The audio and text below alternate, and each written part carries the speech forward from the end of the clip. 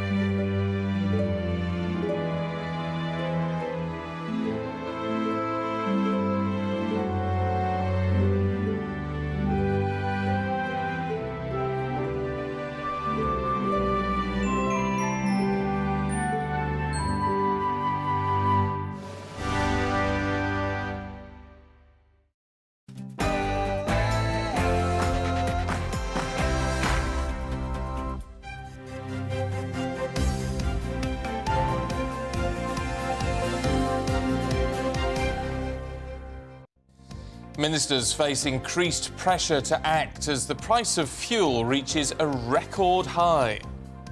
Well, a very good morning. 6 o'clock now on Tuesday, the 31st of May. This is Breakfast on GB News with today, Stephen and Rosie. Here's what's making the headlines. Well, the price of petrol and diesel has risen to its highest level ever as the war in Ukraine drives up the cost of oil. It comes after the Prime Minister declared war on rip-off petrol stations that do not comply with his 5p fuel duty cut. Holidaymakers looking to get away for half-term or the Jubilee bank holiday have faced, I think it's fair to say, travel chaos with huge queues and hundreds of flight cancellations. This week is supposed to be the busiest for air travel since 2019. And GB News can exclusively reveal that up to 30,000 hotel rooms are being requisitioned by the Home Office every day to house asylum seekers. Our Home and Security editor Mark White investigates. Well, please do get in touch. Join in any of the discussions by emailing gbviews@gbnews.uk, or you can drop us a tweet as well at GB News. Oh yeah, let us know where you're watching from. Always love to know that. You can also subscribe, of course, to the GB News channel on YouTube to get all the very latest on the big stories that everyone's talking about today.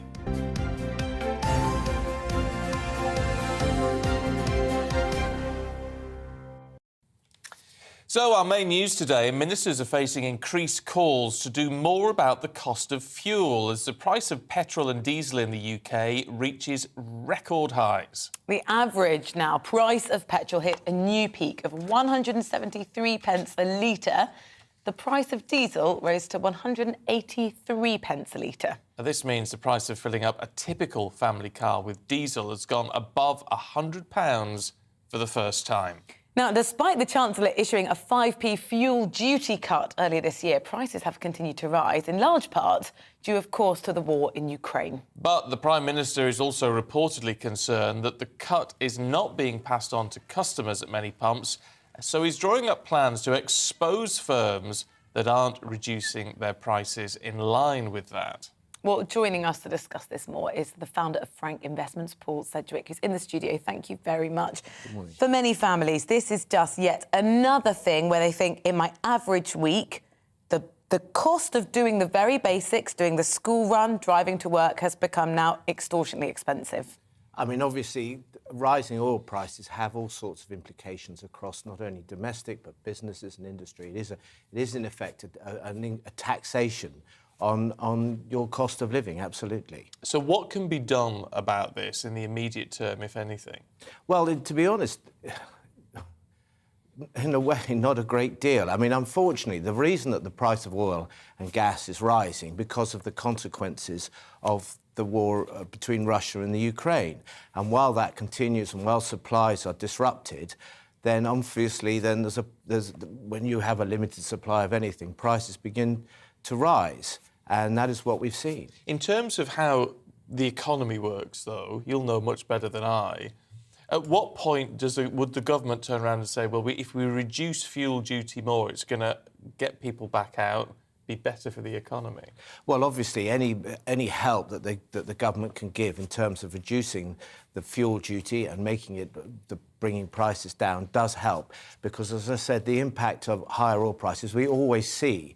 History tells you that rising oil prices does have an economic impact and does slow down the economy. All parts of the way, truck drivers, people driving to work, everything. It is a tax on your income. That 5 pence levy, why isn't that being filtrated down to us at the pumps? Well, the answer, I don't know the answer to that question, but what I would say is that, unfortunately, I mean, you can drive not very far away from 2 petrol stations and probably find a 5p difference in the price of the fuel. So I think that, I mean, obviously anything that helps, but they're trying to ensure that that 5p is passed on is important. But it's a sort of 2 or 3% decrease on the cost of your fuel. I mean, we're talking oil prices here, and we see it directly every time we have to fill up the car. But of course, it's playing into our fuel bills at home, and now they're even talking about about 6 million households, perhaps by the end of the year, because of all this, the way this is amalgamating, is potential fuel rationing.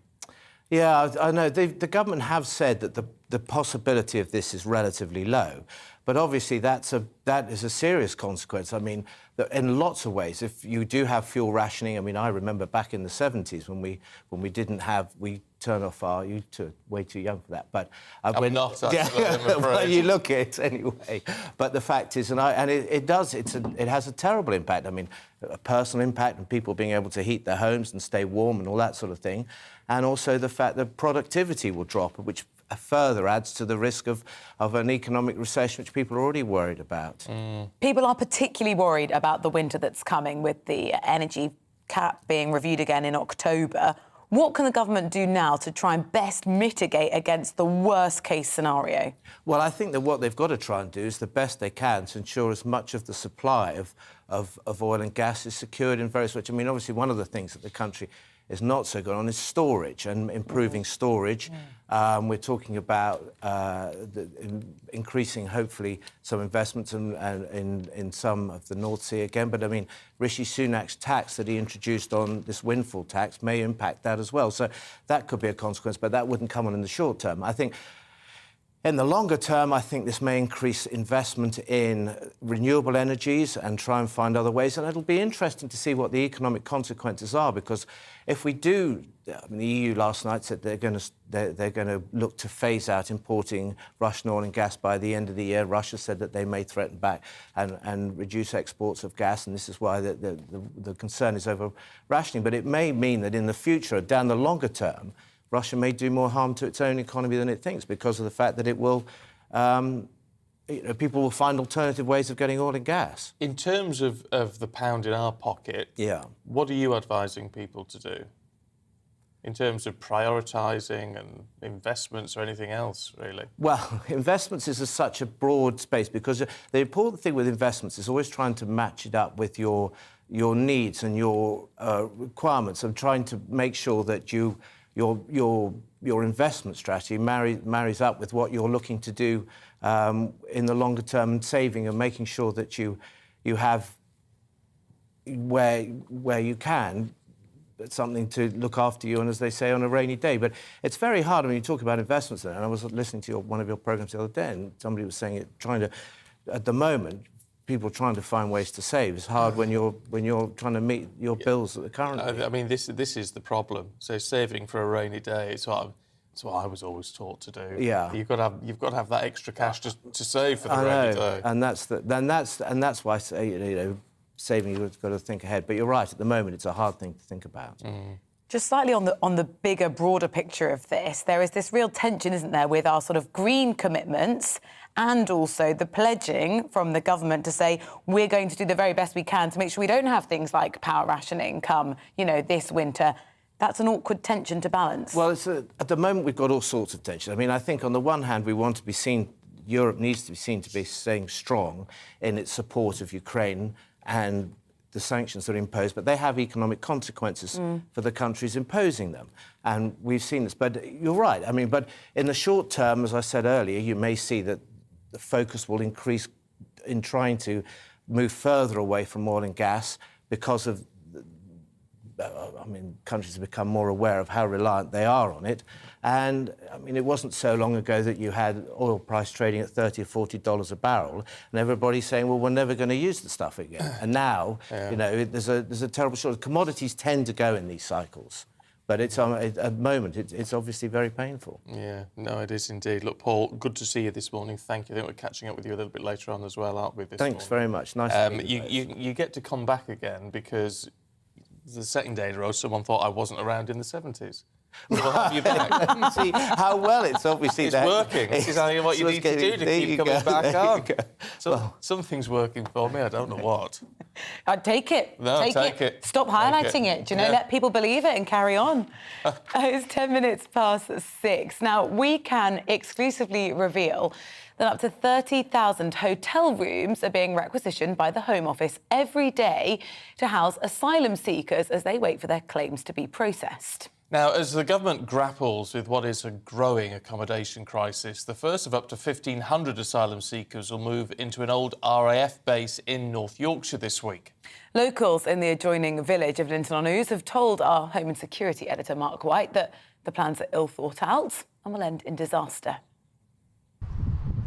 On the seafront in Eastbourne, this hotel would normally be home to some of the many tourists who visit this East Sussex resort. But these guests are not holidaymakers. They're asylum seekers, some of the tens of thousands who are currently placed in hotel accommodation. It's an understandably sensitive issue. As we filmed, this Home Office minder filmed us. Another tried to persuade the guests to go back inside. And as I tried to speak to some of them, I was told I couldn't. They are not allowed to speak. They are guests. Well, they are allowed to speak. No, they can't give any statement to you. That's official. You're telling us on behalf of the Home Office that these people are not allowed to speak to us. Is that what you're telling us? You can speak. They are not know English. Yeah, well, exactly. Thank you. In broken English, the two men told me they were both 27 and from Iran, but wouldn't say how they got to the UK. We've been told that every day around 30,000 hotel rooms across the country are requisitioned by the Home Office to house asylum seekers. It's costing close to £5 million each day and is clearly unsustainable. This hotel near Bristol Airport, another where business travellers and holidaymakers are unable to book their rooms. And when they ask why, as John Northfield did, they're simply told to contact the Home Office. I actually booked it through booking.com, and they said if I wanted an explanation I would have to try and contact the hotel direct, which I did try and do that, but obviously they weren't very forthcoming as to why the hotel was being closed for 12 months. The need for radical solutions prompted the move to adapt this old RAF base at Linton-on-Ouse in North Yorkshire for use as an accommodation centre. But its close proximity to the village of Linton-on-Ouse has enraged locals like Catherine Dryden, who fears that an influx of bored young men is just asking for trouble. They are going to be bored out of their schools. There is no infrastructure in this village. We're a very small, tight-knit community. Yes, we will be welcoming them and speak to them, absolutely not a problem, but that is not enough. What are these people going to do? Despite the understandable local anxiety, if the government can make a success of the Asylum accommodation centre here, it could pave the way for other similar camps. You only need to walk through the centre of this village to see exactly what locals fear in terms of their community being completely overrun. It's tiny. The main street here has one shop and not much else. So with the prospect of hordes of young men hanging around here, the concern is understandable.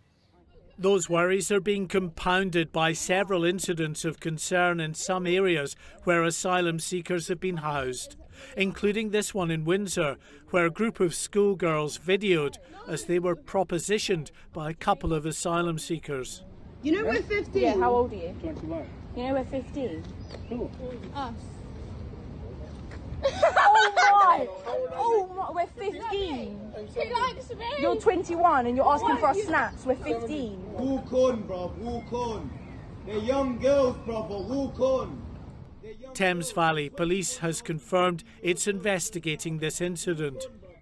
Olga Matthias, who's campaigned against the Linton-on-Ouse Centre, believes it's been ill thought out and will end in disaster. Something appalling, or several appalling somethings will happen. The Home Office has no track record of successfully delivering any policy that they've invented. And I use the word invented deliberately because this has definitely not been thought through. The issue of where to accommodate the growing number of asylum seekers is a major headache for the government. Last month, every local authority in the country became part of the National Dispersal Scheme, which will see even more of their housing stock used to accommodate asylum seekers. The pressure on housing stock, on hotels, the need to adapt old military bases will continue as long as the small boats keep coming across the channel. And for the moment at least, there's no end in sight to that. Mark White, GB News. It's 15 minutes past 6. Let's bring you up to date with what else is going on today. Now, pressure's mounting on the Prime Minister after 3 more Conservative MPs call for him to step down. The Telegraph are reporting that Conservative whips are making plans to rally support for Boris Johnson if enough rebels trigger a confidence vote. Avon and Somerset Police is the only police force in the UK meeting their targets, answering 90% of 999 calls in under 10 seconds. Data released by the Home Office shows 43 other forces failed in the 6 months to April 2022, with Humberside, the worst, answering just 2% of calls in that 10-second limit. Liverpool Football Club is accusing French authorities of trying to deflect responsibility for the chaotic scenes that saw fans tear-gassed and pepper-sprayed at Saturday's Champions League final in Paris. Well, the club's chief executive is calling for an independent investigation now after France's Interior Minister yesterday said 70% of tickets were fake.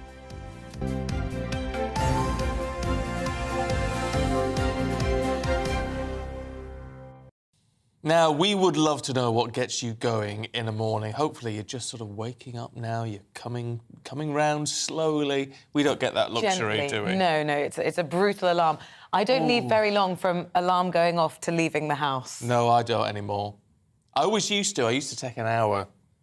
But no. now I get ready, then I have a shower and everything the night before. Yes, so you're ready. So I can get up and go. I'm You've out the house reduced in an hour 15 to minutes. 15. Perfect. Yeah. That's all you need. You can eat your breakfast when you get to work. But I've got to grab a coffee. Well, coffee drinkers have a shot at living longer. It's on the front page of the Times. We'll be going through the papers in about 20 minutes. But a moderate coffee habit, so says the paper, could cut the risk of an early death by up to 31%. What's a moderate coffee intake, though? I don't know. No. How would you define that? I don't know. Less than 15 cups. I don't know. It's funny because I drink tea here. I like tea I find it more refreshing. But I drink coffee at home. Yes, and you shouldn't, I don't think, maybe just put, buckets full of sugar inside. Oh, that's no. Fairly useless. Yeah, a little splash of milk. No sugar. That's the way to go for me, anyway. So let us know what gets you up. First thing, particularly if you're up before 6:30 this morning, gbviews at gbnews.uk. Now, holidaymakers looking to get away for half-term or the Jubilee bank holiday have faced mayhem at airports right across the country. Families have been forced to sleep on airport floors, and some quite furious passengers are facing things like 5-hour queues amid fears the chaos could last all summer. Oh, let's hope not. Our South West of England reporter Jeff Moody joins us now from Bristol Airport, where travellers have been arriving hours before their flights, as we're all being told to do now, Jeff. I mean, what is happening there in terms of flights being delayed or indeed, fingers crossed, leaving on time? Well, some are leaving. One left about 5-10 minutes ago, but not very many. Passengers are describing the situation as carnage, and as we get into day 2, just as bad as day 1. Some people have been waiting here since 3 o'clock in the morning. Tempers are starting to get a little bit frayed too, because what passengers are telling me is that there's no announcements. They're not told what's going on. At one point, some people actually got onto a plane and was then told it was cancelled. They did at some point issue an emergency number people could ring, but of course everybody rang that number at exactly the same time, which didn't help the situation. Passengers are saying, well, there's no apology, more importantly of all. There's no sign of any sort of contriteness from Bristol Airport. Well, it was always expected to be a busy weekend. 300,000 people will be travelling over the course of this week, leading into the Jubilee weekend. So it was always going to be the busiest weekend since 2019. But a combination of delayed flights, of cancelled flights, has meant that the delays have been absolutely extraordinary, and people are getting very fed up with those indeed. Well, we asked Bristol Airport if they'd have a chat to us about it. They say that they'd love to talk to you and me, but unfortunately they're too busy this morning dealing with the problems with the customers. But another interesting point is Which magazine, Which consumer group, yesterday called on the government to do more to end this situation. It said that the government needs to work closer with the airlines, with the airport and with the CAA to try and reroute more passengers, because at the end of the day, that's their legal responsibility. The airports have to try their hardest to reroute people the best they go. But all of that is going to take time. Time is something that the people in the airport behind me have a lot of at the moment, but they wish they hadn't, because of course it's starting to rain. It's pouring down, in fact, here in Bristol. So the people inside there want to be anywhere other than here in Bristol. Yeah, I bet they do. Jeff, for now, thank you very much indeed.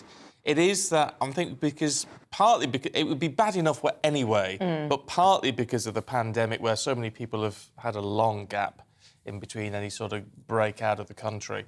The idea of getting there and then waiting for hours and hours and hours and hours, only to find out that your plane isn't going to take off at all anyway, it's just heartbreaking, especially if you've got kids. And it's a combination of factors which is making this week in particular, I think it's the busiest for air travel since a date back in 2019. Jubilee Bank Holiday weekend, of course. We've got that longer break. So the roads are going to be bad as well, so we're told, and the trains are having one or two problems as well. So I mean, it's all these things always seem to happen at once. And if you've saved and saved for that holiday, and then to have it scuppered when you're already at the airport would be intensely frustrating. If you've been caught up in any of this, then let us know. You nearly didn't get on a flight. Yeah, on a fairly important holiday. Yeah, that was... I mean, and that, for some reason, was it had to change the plane, and it was a smaller plane, so 36 people just weren't going to get on it. Just think, God, can you imagine? I mean, if you're a business traveller, perhaps it wouldn't matter as much. You were saying, if you're a student and you're giving you 500 quid to get on the next plane, perhaps that wouldn't matter so much. But if you're going on a family holiday, last thing you want to do is spend 8 more hours at the airport with the kids. It'd drive them insane. That would be truly awful. And you lose a whole day of your holiday.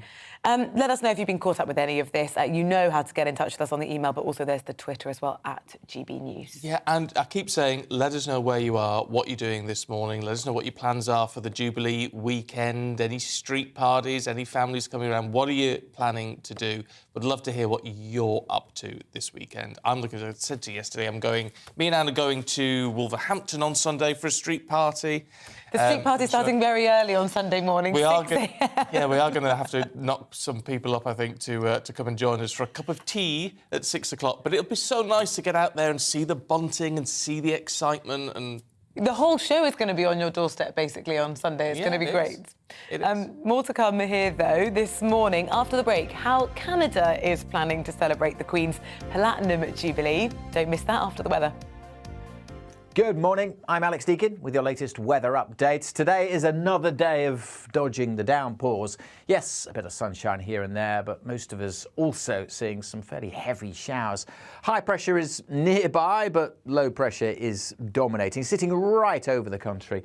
Not many isobars on the chart, which means the winds are light, which means the showers are slow moving, so some places getting a real soaking today. Hit and miss this morning, but as we go through the morning, well, those showers breaking out pretty much everywhere. They'll be heavy with the risk of thunder, particularly over the Midlands and eastern England this afternoon. Turning quite cloudy across Northern Ireland, not many sunny spells here, but for South Wales, the west coast of Wales, southwest England, I don't think there'll be too many showers this afternoon here. Good chance of some lengthy spells of sunshine. And here probably the top temperature 17, 18. For most of us, though, it's another pretty cool day, and temperatures will drop off when the showers come along. And as I said, when they come along, they don't shift away too quickly because the winds are fairly light. They'll tend to fade in eastern areas, the showers this evening, but then more rain coming in from Northern Ireland, spreading into Wales and western parts of England during the night.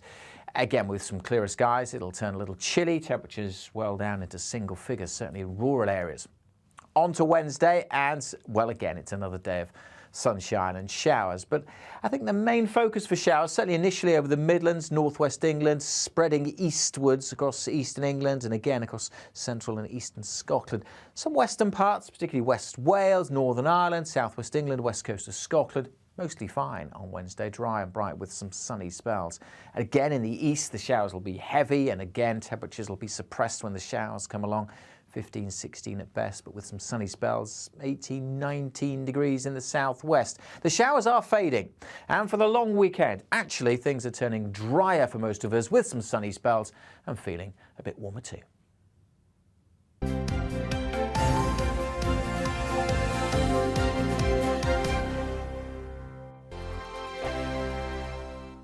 We are GB News. We're right across this great nation. On TV. On radio. On digital. Absolutely everywhere. We don't talk down to you. We embrace all voices.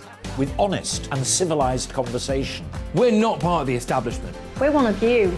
And we're only getting started. Join us on GB News, the People's Channel. Britain's news channel. Every morning from 6 o'clock, we'll wake you up with GB News Breakfast with all the stories you didn't know from the night before. So whether it's serious news, entertainment, or your own views from all over our great nation, we're here to kick off your day with a smile. The national media should be reflecting and reporting what's happening here. You will notice the northwestern accents. Whether you're with us on TV, radio, or online, every morning, it's breakfast from 6 a.m. Hope you can join us. Join us for Ministry of Offence, the comedy panel show that's just like the news, in that the left fights the right and it doesn't really seem to matter who wins. We cover the big stories. It was in fact a troop of baboons and not angry vegans. I like that. And the really important stories. Fat naked cow gets stuck in swimming pool. It's a headline in a lot of local newspapers. Yeah. We're on the same team, Nick. Yeah, but I'm just helping you. Join us for Ministry of Offence, Saturday nights, 8 o'clock on GB News. I'm Dan Wootton. Join me Monday to Thursday from 9 to 11 for the feistiest and most fun news debate on TV, where free speech reigns. I'll bring you a sharp take on the day's biggest stories, bombshell newsmaker interviews, and A-list guests. And I guarantee you, no spin, no bias, no censorship, and no reason to go to bed. That's Dan Wootton tonight, Monday to Thursdays from 9 on GB News.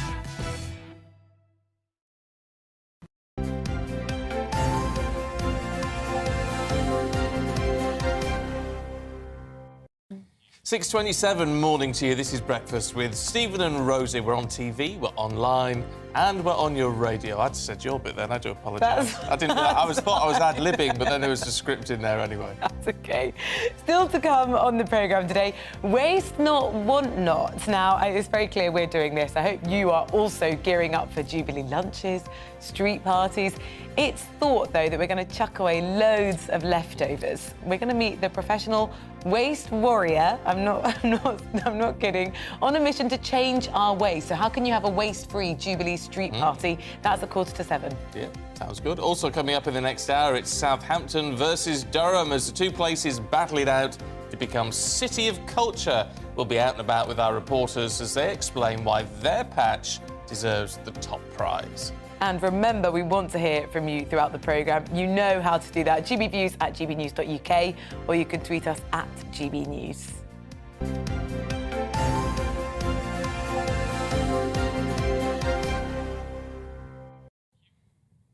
That's what's coming up on our programme. But to give you a little bit of an insight into what's happening with Gloria, later on, she sat down for a chat with the Conservative MP for Stoke-on-Trent North, Jonathan Gillis. Yeah, he talks openly about his mental health and why being bullied for years at secondary school really took a toll on him as a teenager. Let's have a look. It's an awfully long period of time to go through that. And it led you to self-harm? Yeah. Mostly cutting in places that wouldn't be easy to be seen. A couple of times overdosed on tablets and stuff like that. Not as many as I, would need to obviously cause myself, kill me, but enough to sort of realise I was in a really bad place. Near where I grew up in Alderminster, there's like a country walk that the family used to do as a family all the time, and there's this one particular spot that I talked about in an article that I sort of planned that would be the place I would eventually take my life. Far enough out of the way that a stranger wouldn't stumble across it. I was going to give the sort of police advance notice, but knowing that by the time they'd arrive on the scene, it would be too late. Enough that my family wouldn't come across my body. But I suppose, for me, I'm my father's only son. My grandma and granddad on my dad's side, I'm their only grandchild.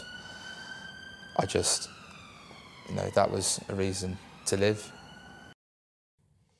You see, it's hugely upsetting. You see Gloria's upset by that. The things that people go through, and especially in earlier life, that affects you for a long time. But I do think it's very brave for someone in public life to stand up and talk about it. And to speak so candidly and be prepared to show that emotion. If you want to watch more of it, I recommend that you tune in. The full interview will be on Gloria's lunchtime show today at just after 12:30, so don't miss that. Yeah, and if you are affected by any of that, and you think about things of that nature, as a lot of people do, and particularly young men, then, you can talk to groups like the Samaritans, and they will listen to you without any judgment at all. So you can tell them absolutely anything. It's absolutely confidential and it is judgment-free. Sometimes you just need to talk to someone you don't know about what you're going through. You can call the Samaritans on 116 123. It's absolutely free, and I don't think that number actually even gets recorded on your phone bill if you're worried about that either. So that's something which is worth doing if you're feeling in that position yourself this morning. Now, it's just gone 6:31. During her reign, the Queen has officially visited Canada more than any other country. And on Thursday, a Platinum Jubilee beacon is going to be lit in each capital city of the Commonwealth. Now, ahead of the celebrations, a group of senior Canadian citizens shared their memories of Queen Elizabeth with our royal reporter, Cameron Walker. How that woman spent 70 years biting her tongue. It gives us some stability. For someone to be in that capacity for that long and keep a smile on her face, it's amazing. And she's dedicated herself, which she said she was going to do. Queen Elizabeth II has reigned as head of state and head of the Commonwealth for over 70 years. There aren't many people in Britain who've known another monarch. The same can be said for Canada, a country she also reigns as Queen and has visited more than any other. Nancy remembers the day the Queen's father, King George VI, died in February 1952. My mother told me he had died, and my first class of the day was music class, and every day when we began music class, the teacher would play God Save the King, and we all said God Save the King because that's what we were used to, and he stopped and he said, now it's the Queen, so let's start from the beginning. Shirley is exactly the same age as the Queen. At 96, she remembers a young Princess Elizabeth in the Second World War. She was inspiring. She was. Here's this young 16, 17, 18-year-old doing what she did, fixing tanks, and we all followed her life along. As onto the famous balcony came the bride and bridegroom. Elizabeth married Philip in 1947. Shirley remembers the royal couple on their tours to Canada. I practiced my curtsy for months and months because I didn't want to fall on my face in front of her. And then my daughter, when they came back, I said, well, what did she look like? What was she wearing? You know, oh, yeah, she was fine. But Philip, what a guy. The Queen's coronation was viewed by an estimated 277 million people across the world. Never before had a Queen of Canada been crowned. But how did Canadians watch the ceremony? At the time we didn't have television. A friend of ours was charged with bringing the film from the coronation over to Canada immediately, right after the coronation.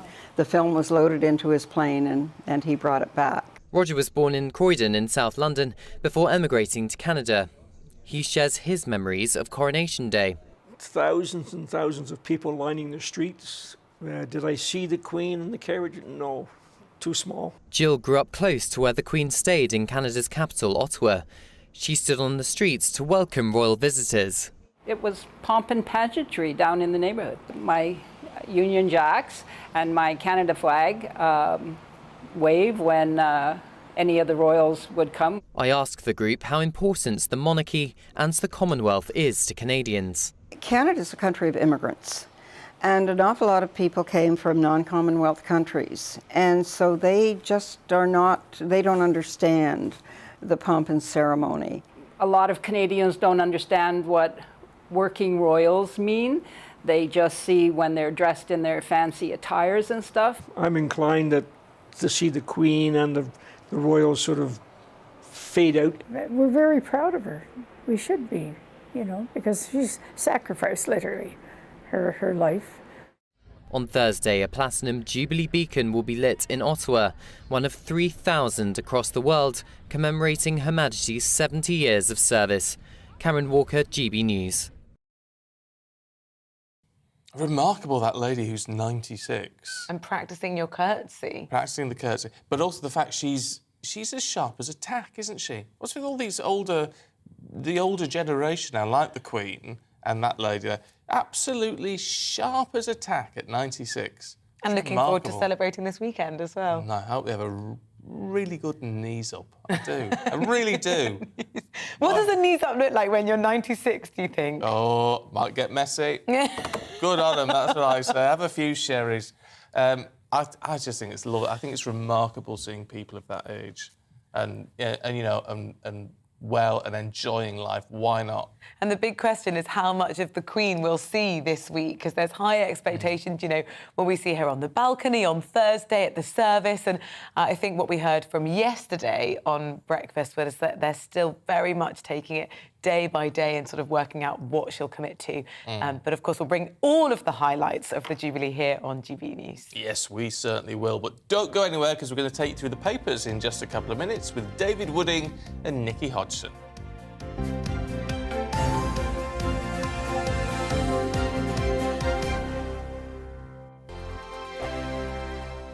We are GB News. We're right across this great nation. On TV, on radio, on digital. Absolutely everywhere. We don't talk down to you. We embrace all voices. With honest and civilised conversation. We're not part of the establishment. We're one of you. And we're only getting started. Join us on GB News, The People's Channel. Britain's news channel. Every morning from 6 o'clock, we'll wake you up with GB News Breakfast with all the stories you didn't know from the night before. So whether it's serious news, entertainment, or your own views from all over our great nation, we're here to kick off your day with a smile. The national media should be reflecting and reporting what's happening here. You will notice the northwestern accents. Whether you're with us on TV, radio, or online, every morning, it's breakfast from 6 a.m. Hope you can join us. Join us for Ministry of Offence, the comedy panel show that's just like the news, in that the left fights the right and it doesn't really seem to matter who wins. We cover the big stories. It was in fact a troop of baboons and not angry vegans. I like that. And the really important stories. Fat naked cow gets stuck in swimming pool. It's a headline in a lot of local newspapers. Yeah. We're on the same team, Nick. Yeah, but I'm just helping it. Join us for Ministry of Offence, Saturday nights, 8 o'clock on GB News. I'm Dan Wootton. Join me Monday to Thursday from 9 to 11 for the feistiest and most fun news debate on TV, where free speech reigns. I'll bring you a sharp take on the day's biggest stories, bombshell newsmaker interviews, and A-list guests. And I guarantee you, no spin, no bias, no censorship, and no reason to go to bed. That's Dan Wootton tonight, Monday to Thursdays from 9 on GB News.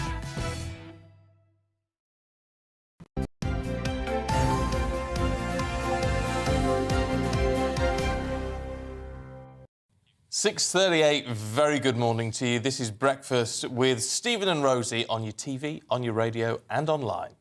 Now, more than 1 in 10 people have skipped meals due to the rising cost of food, while 8% have prioritised meals for other family members. We'll talk a little bit more on the programme about the rising cost of living. We learnt yesterday about how expensive some of our really basic costs of food have started to rise. Things like the price of pasta. Pasta's gone up 50%, hasn't it? The real basic price of pasta going up by 50% in the last year. More on that to come on the programme. But right now, let's take a look at the papers after today's headlines, because pressure is mounting on Boris Johnson after 3 more Conservative MPs called for him to step down. The Telegraph reports the Tory whips are making plans to rally support for the Prime Minister if enough rebels trigger a confidence vote.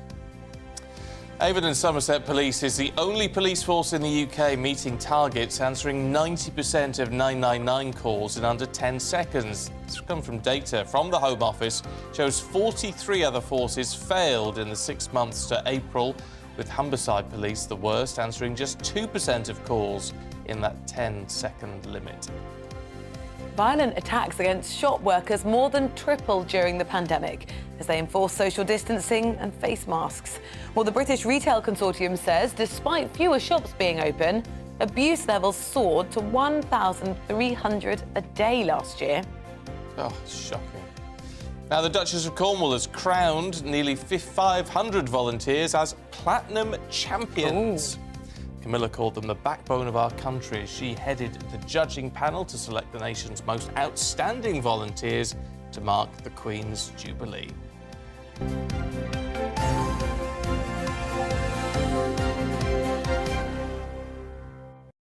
Oh, that must be nice to be a platinum champion. I know. I kind of want to know a little bit more about the definition of champion. Yeah. So how can we nominate one? If you're a platinum champion, get in touch. We'd love to know what you've done and what it feels like to win that sort of award. Fantastic. GB Views at gbnews.uk. Right now it's 20 to 7. Time to go through the papers of the day with the political editor of The Sun on Sunday, David Wooding, and also joining us in the studio is author Nikki Hodgson. It's a pleasure to have both of you.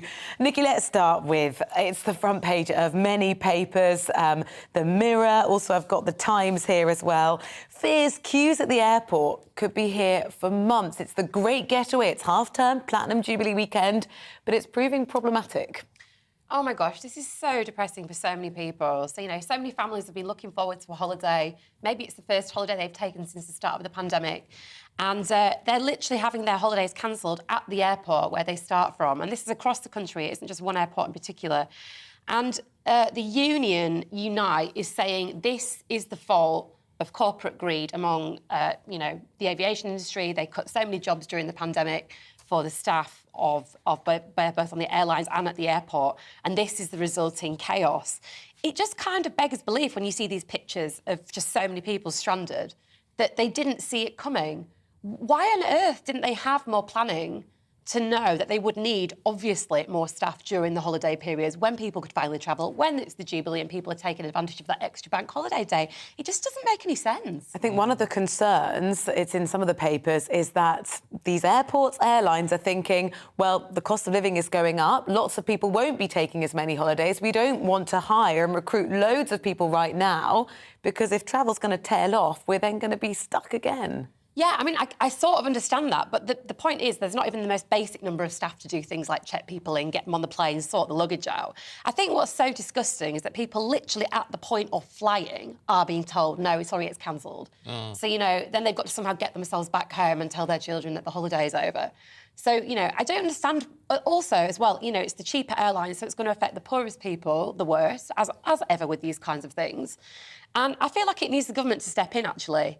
I mean, there has been some discussion in the House of Commons about, you know, we've got to do something. Well, it is time to step in.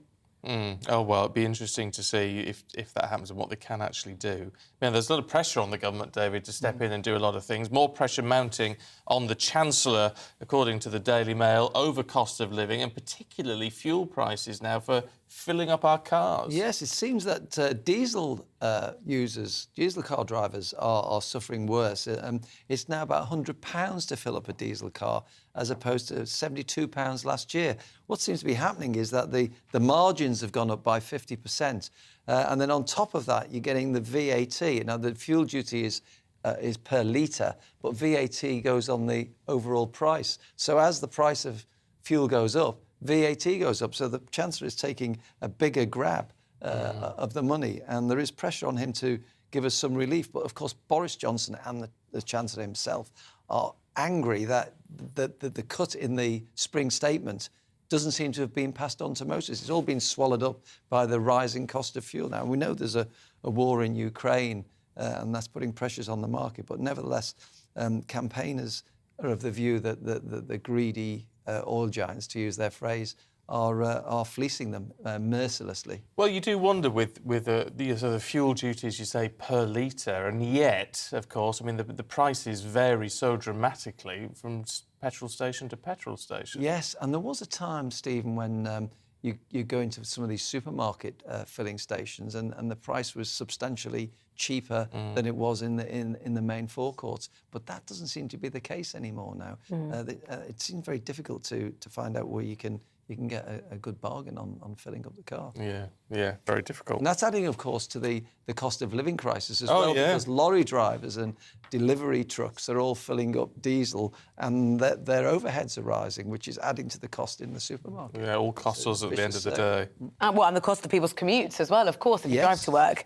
Nikki, let's move on, if we can, to what's happening to emergency services. Front page of The Telegraph. Explain the story. You call 999, might not be that straightforward. Yeah, this is a really worrying story. So it's looking at the response times when you call 999 across various forces in the country. And it's saying that all forces, apart from one, have missed the targets to answer a 999 call in 10 seconds or less. So, you know, we're talking about people in absolutely deleterious situations. Maybe it's, you know, risk of death, that kind of situation. And the phones are just not being answered. And this is data based on 5.2 million calls between last November and April, and it showed that 29% of them were not answered within the target time of 10 seconds across the country. Well, you want the target time to be hit, of course you do. But are they overrunning by a second, by 5 seconds, or...? Well, it doesn't really say. I think that's the problem. It's just saying missed it within 10 seconds. So it's saying Lincolnshire, for example, or has missed the target of 90% within 10 seconds. And then, it really is kind of a lottery, depending on where you live, whether the phone will be answered when you need the police. The thing that struck me about this story, Nikki, was Northumbria. It was 33.5 seconds to answer the phone on average. Now, that doesn't sound a lot of time, but if you're sitting there with somebody who's ill, or you've witnessed an accident of some kind, or you've been burgled, or whatever it is. Or there's a burglary in progress. Yes. Yeah. That is an agonisingly long time. If you just stop and think of 30 seconds, 33 seconds, it's a long time. And just the fact that, you know, if you don't get people at the scene of the crime, or if you don't get people very close to when the crime has been committed, there's a very little, the chance of you then being able to pursue prosecution diminishes. So this kind of target time, it has a real impact on people. Oh, yeah. Yeah, it can be life or death, of course, yeah. Look, David, why does I don't understand this. You have to explain it a little bit to me. The Guardian claims the Prime Minister has had a sudden lurch to the right that is angering backbenchers. And most of the backbenchers that I get it are complaining that he's not far enough to the right. Exactly what I was going to say. It's a strange story, this. I mean, the reason Boris Johnson is under pressure is because he's lurched to the right. That's part of the reason he's in trouble with his own party, because they claim he's not doing enough Tory policies. Yeah. They think that he's pandering too much to the red wall of former Labour seats. And one of the MPs who's now resubmitted a letter is Andrew Bridgen. Now, I've never heard him complain about anybody going too far to the right in the past. He thinks Boris is a big lefty. Yeah. So this is a bit of a bizarre reason. A lot of people, there is still a lot of trouble for Boris Johnson here, because there's a bit of plotting. There's 2 extra MPs who put letters in. Jeremy Wright, the former Attorney General, and Elliot Coburn, who's the new Carl Shelton MP. And yet there are some people who are still worried about him. However, a lot of those were people who, usual suspects, one might say. And the main concern, one of them is Tobias Ellwood, former Foreign Office Minister, a Remainer, doesn't like Boris Johnson. I do wonder with this, David, because the way it's all reported in the papers is that, if Graham Brady, chair of the 1922, gets enough letters, that's the end of Boris. Well, it isn't. It isn't, no. Is it? There'll be a vote of confidence or no confidence. Which he will probably win. He'll win. Yes, exactly. And the main factor in this, we must always remember this, it's not about Partygate, it's not about whether he's going to the right or to the left, it's not about Brexit, it's about whether his own backbench MPs at this stage think he can win the next election. If not, is there anybody else among their ranks who they think can win the next election? Of course, Rishi Sunak has tanked since the spring statement, so he's no longer seen as the heir to the throne. So the question is, who, unless they can unite behind one person, they're not going to really topple Boris Johnson, unless they're just going to take a chance and get rid of him and see what comes up. Yeah, OK. Look, we need to leave it there, but we shall see you both a little bit later on. Nikki Hodgson, David Wooding, thank you very much indeed. It's coming up to 10 minutes to 7 now. Let's bring you up to date with some of the other stories making headlines today. And a further 71 cases of monkeypox have been detected, confirmed cases in England. That's according to the UK Health Security Agency. The latest cases bring the total number confirmed in England since May the 7th to now 172. The Tony Blair Institute says every home should be offered free energy plans, including advice on how to reduce heating bills. Their report says the scheme could halve heating bills by 2035 and achieve net zero greenhouse gas emissions. The NHS needs 13,000 more beds to significantly improve accident and emergency wait times, ambulance response and also handover delays. Well, that's according to the Royal College of Emergency Medicine. They say the NHS has lost almost 25,000 beds across the UK in the last 12 years.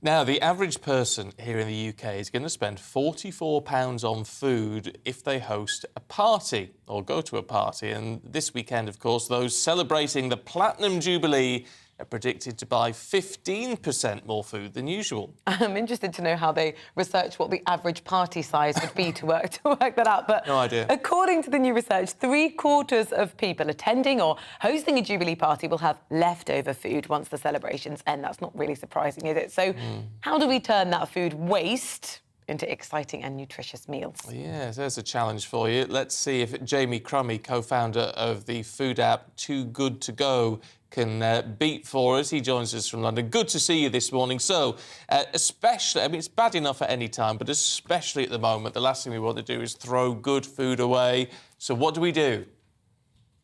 No, exactly there. And thank you very much for having me this morning. I think you really raise a valid point, which is around the importance of reducing food waste. You know, we're in a cost of living crisis. And not only that, we're in a climate crisis as well, and food waste is feeding climate change. So it really is such such an awful state of affair if we are going to be throwing food away at the rate in which we are.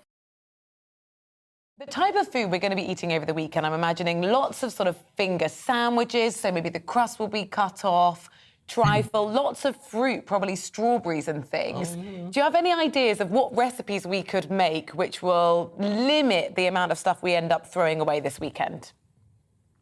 Well, you are right. We're certainly going to be eating a lot of that finger-style food. You know, our research shows here at Too Good To Go that buffet and party-style food is going to be the most popular things on people's party menus, but it's also going to be the most likely food which is going to be thrown away. So things like sandwiches, things like sausage rolls, as well as strawberries and things like that as well. So there are lots of different things that we can be doing to reduce our food waste. I mean, if we've got any leftover strawberries, I'm always a big fan for putting them in a smoothie as well. But we can also utilize our freezers. Our freezers are effectively a pause button for freshness. So that's the best way, is it? So rather than thinking, how can I make a sausage roll into something more exciting, just getting something frozen straight in the freezer afterwards, and then just know you're going to use it within the next couple of months or so.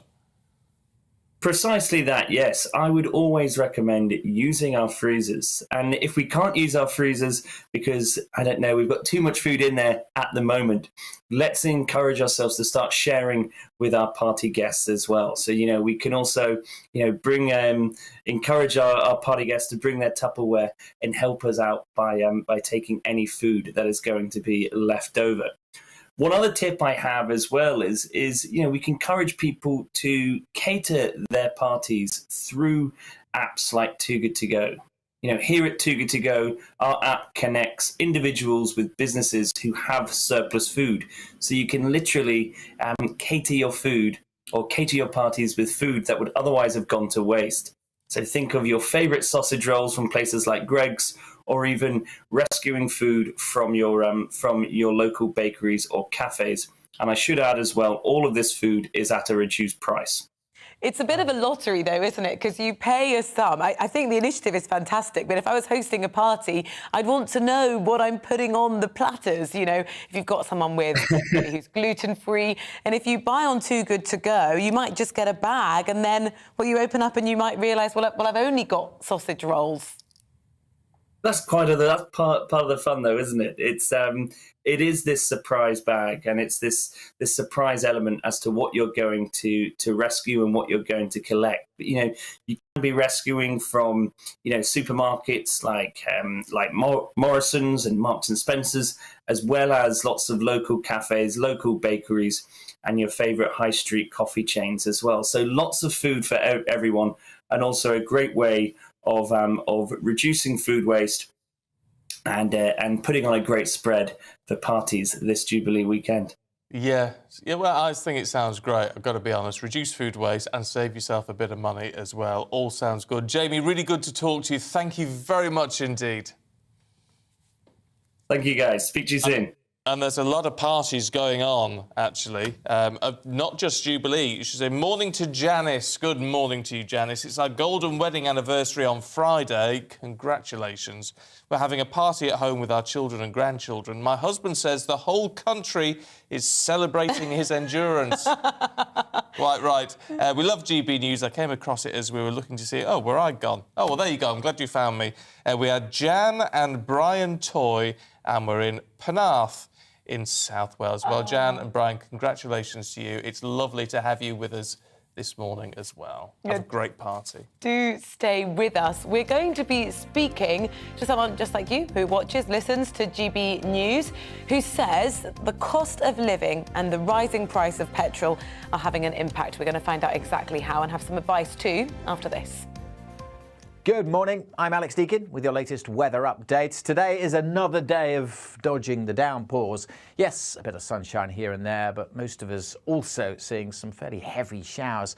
High pressure is nearby, but low pressure is dominating, sitting right over the country. Not many isobars on the chart, which means the winds are light, which means the showers are slow moving, so some places getting a real soaking today. Hit and miss this morning, but as we go through the morning, well, those showers breaking out pretty much everywhere. They'll be heavy with the risk of thunder, particularly over the Midlands and eastern England this afternoon. Turning quite cloudy across Northern Ireland, not many sunny spells here, but for South Wales, the west coast of Wales, southwest England, I don't think there'll be too many showers this afternoon here. Good chance of some lengthy spells of sunshine. And here probably the top temperature 17, 18. For most of us, though, it's another pretty cool day, and temperatures will drop off when the showers come along. And as I said, when they come along, they don't shift away too quickly because the winds are fairly light. They'll tend to fade in eastern areas, the showers this evening, but then more rain coming in from Northern Ireland, spreading into Wales and western parts of England during the night. Again, with some clearer skies, it'll turn a little chilly, temperatures well down into single figures, certainly in rural areas. On to Wednesday, and, well, again, it's another day of sunshine and showers. But I think the main focus for showers, certainly initially over the Midlands, northwest England, spreading eastwards across eastern England and again across central and eastern Scotland. Some western parts, particularly West Wales, Northern Ireland, southwest England, west coast of Scotland, mostly fine on Wednesday, dry and bright with some sunny spells. And again in the east, the showers will be heavy, and again temperatures will be suppressed when the showers come along. 15, 16 at best, but with some sunny spells, 18, 19 degrees in the southwest. The showers are fading, and for the long weekend, actually things are turning drier for most of us with some sunny spells and feeling a bit warmer too.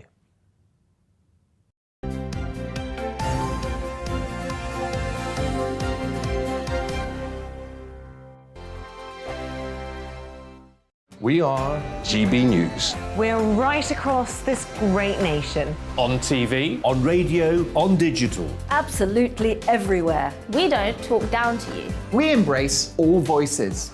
With honest and civilised conversation. We're not part of the establishment. We're one of you. And we're only getting started. Join us on GB News, The People's Channel. Britain's news channel. Every morning from 6 o'clock, we'll wake you up with GB News Breakfast with all the stories you didn't know from the night before. So whether it's serious news, entertainment, or your own views from all over our great nation, we're here to kick off your day with a smile. The national media should be reflecting and reporting what's happening here. You will notice the northwestern accents. Whether you're with us on TV, radio, or online, every morning, it's breakfast from 6 a.m. Hope you can join us. Join us for Ministry of Offence, the comedy panel show that's just like the news, in that the left fights the right and it doesn't really seem to matter who wins. We cover the big stories. It was in fact a troop of baboons and not angry vegans. I like that. And the really important stories. Fat naked cow gets stuck in swimming pool. it's a headline in a lot of local newspapers. Yeah. We're on the same team, Nick. Yeah, but I'm just helping you. Join us for Ministry of Offence, Saturday nights, 8 o'clock on GB News. I'm Dan Wootton. Join me Monday to Thursday from 9 to 11 for the feistiest and most fun news debate on TV, where free speech reigns. I'll bring you a sharp take on the day's biggest stories, bombshell newsmaker interviews, and A-list guests. And I guarantee you, no spin, no bias, no censorship, and no reason to go to bed. That's Dan Wootton tonight, Monday to Thursdays from 9 on GB News.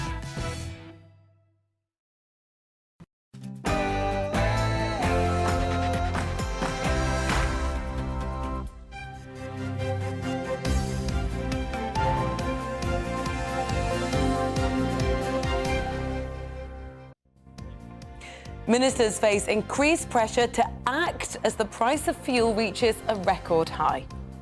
Good morning to you. It's 7 o'clock on Tuesday, May the 31st. This is Breakfast on GB News with Stephen and Rosie. And this is what we've got for you today. The price of petrol and diesel has risen to its highest level ever as the war in Ukraine drives up the cost of oil. Well, the Prime Minister reportedly threatened to expose firms that do not comply with his 5p fuel duty cut. Holidaymakers looking to get away for the half-term or the Jubilee bank holiday have faced more travel chaos, huge queues and hundreds of flight cancellations. This week is set to be the busiest for air travel since 2019. And we can exclusively reveal that up to 30,000 hotel rooms are being requisitioned by the Home Office every day to house asylum seekers. Our Home and Security editor, Mark White, has been investigating. Don't forget, we would absolutely love to hear from you today. Tell us where you are, what you're doing, what you're planning for the bank holiday, particularly. Loads of you getting in touch. We'll run through some of those in a couple of minutes. gbviews@gbnews.uk or tweet us @gbnews. Don't forget, you can also subscribe to us on YouTube to get all the latest on the big stories that we're covering.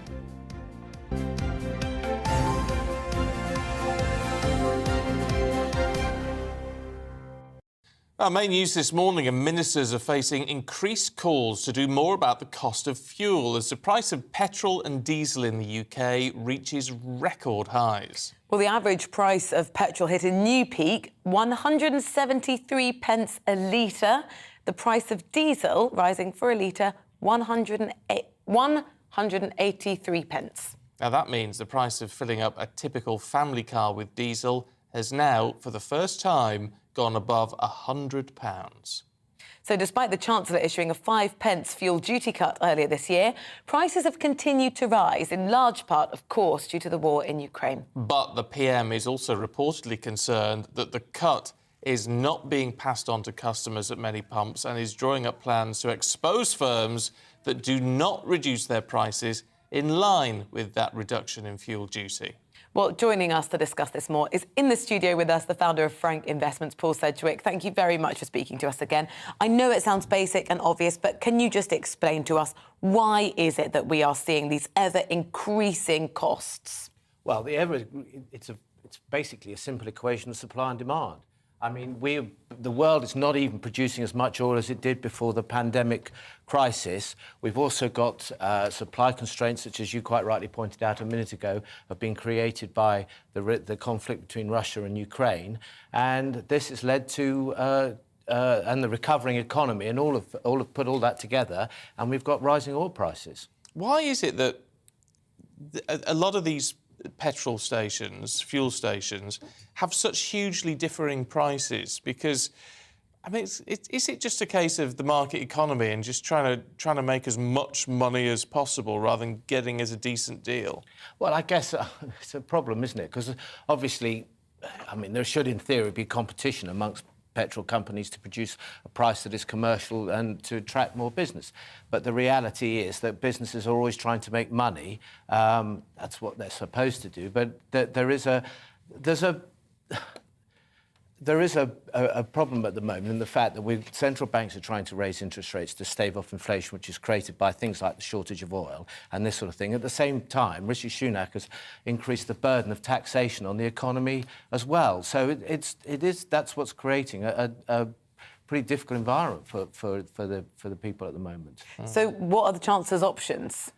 Well, I think he's got to look at, or will be put under pressure at some point, to look at some of the tax increases. We all read about the tax burden that we're now having to face that is the highest we've had in many a year. We've seen corporation tax rises, we've seen the national insurance tax rises, we've seen tax increases that have come onto... He only last week announced one on oil companies, which could threaten investment into the North Sea, which could also have consequences longer down the line. So I think he will come under increased pressure to look at the taxation of the currently the burden that we put up with. Yeah, it'd be interesting to see what you think of that, because we love to hear what our viewers and listeners think of all the big stories of the day. So let's talk to one right now, GB News viewer Colin Matthews, who's in Gillingham. Good morning to you, Colin. It's really good to see you today. What do you make of all this? I mean, I don't know if you're a driver, but, you know, these fuel prices are absolutely rocketing now. OK, let's kick on the old... good morning, Stephen. Good morning, Rosie. Sorry. Let's touch on that fuel thing. A driver, just a general domestic driver, retired now and fully state retire next year. So that's my position. But fuel locally, £1.67 a litre. I fill the wife's car up because she likes me to fill it up, and I think, oh my goodness, how many litres? How much does that cost? So yeah, I'm feeling from a car owner, or from my wife who does driving with her job. Yeah, we're feeling the impact, Stephen. Do you find yourself, I mean, for the sort of leisure driving, if you like, I know we've all got to get to work and go to the shops, but sometimes it's nice to have a spin out, isn't it, at the weekend? Are you finding yourself doing less of that as a result, sort of curbing your activities? Well, Stephen, I've got 3 sons. One lives in Marden, Essex. One who lives the other side of Mason Malden in Essex. One in Marden, Mason, and one in London. And I have to think twice about the trip over the Dartford Tunnel over into Essex, which can be an hour 10, or it can be, who knows, 3-4 hours. So there's an impact on that, which is a shame when my 2 granddaughters are. But yeah, you do think maybe of a trip as opposed to the number of trips you might have done in the past. Colin, it's not just driving that's getting more expensive, is it? It's going on holiday, just doing your supermarket shopping. Have you been looking at what's coming in and what's going out and making changes to your spending?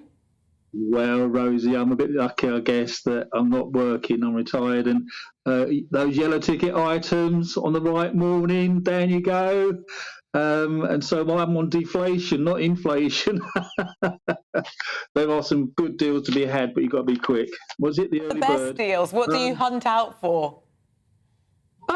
Meat, I guess, because meat is particularly expensive.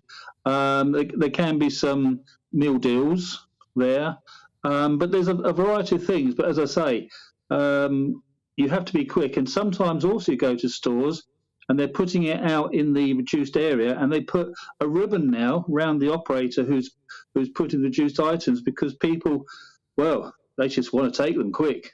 So they have to protect the store person now while they're putting them on the shelves. And then when they move, it's everything for themselves. It reminds me of old shop sales, you know? Yeah.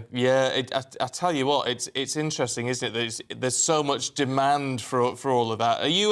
We were talking to someone at the end of the last hour about food waste and things, and big advocate of freezing a load of stuff. I mean, are you a sort of freezing family? Because if you get those sort of, Stephen, let me tell you, I had a lovely garden last year. I've got half a garden now because it's an allotment.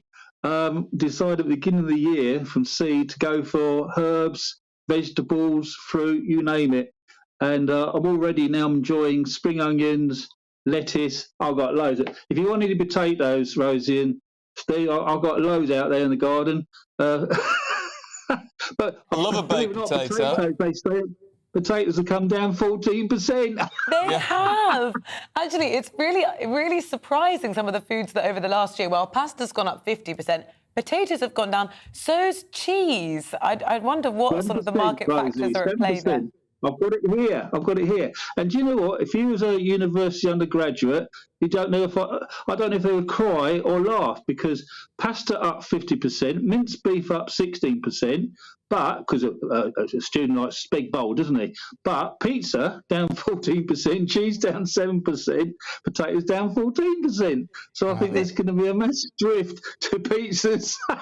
Do you follow these figures, or have you done revision for your appearance on breakfast this morning? 2 things, Rosie. You are right. I won't lie. Obviously, food impact. There was an interesting article on it this morning, which I did follow, and it talked about income groups and how the poorest group are going to be impacted by 11% up, and the richest group, they're only impacted by 9%. So work that one out. Yeah, I don't know, but don't go anywhere. I just want to ask Paul in the studio something, because it's interesting what Colin's done there, and he's growing his own stuff and all the rest of it. It is. People do need to prioritise, don't they, now? Of course they do. I mean, during times of, sadly, during times of economic troubles, if you like, and then people do need to prioritise. But it's interesting what Colin was also saying about travelling. You can see if people travel less, they're likely to go out less, go to restaurants less, go to the theatre maybe less, or go to the cinema, or whatever it might be.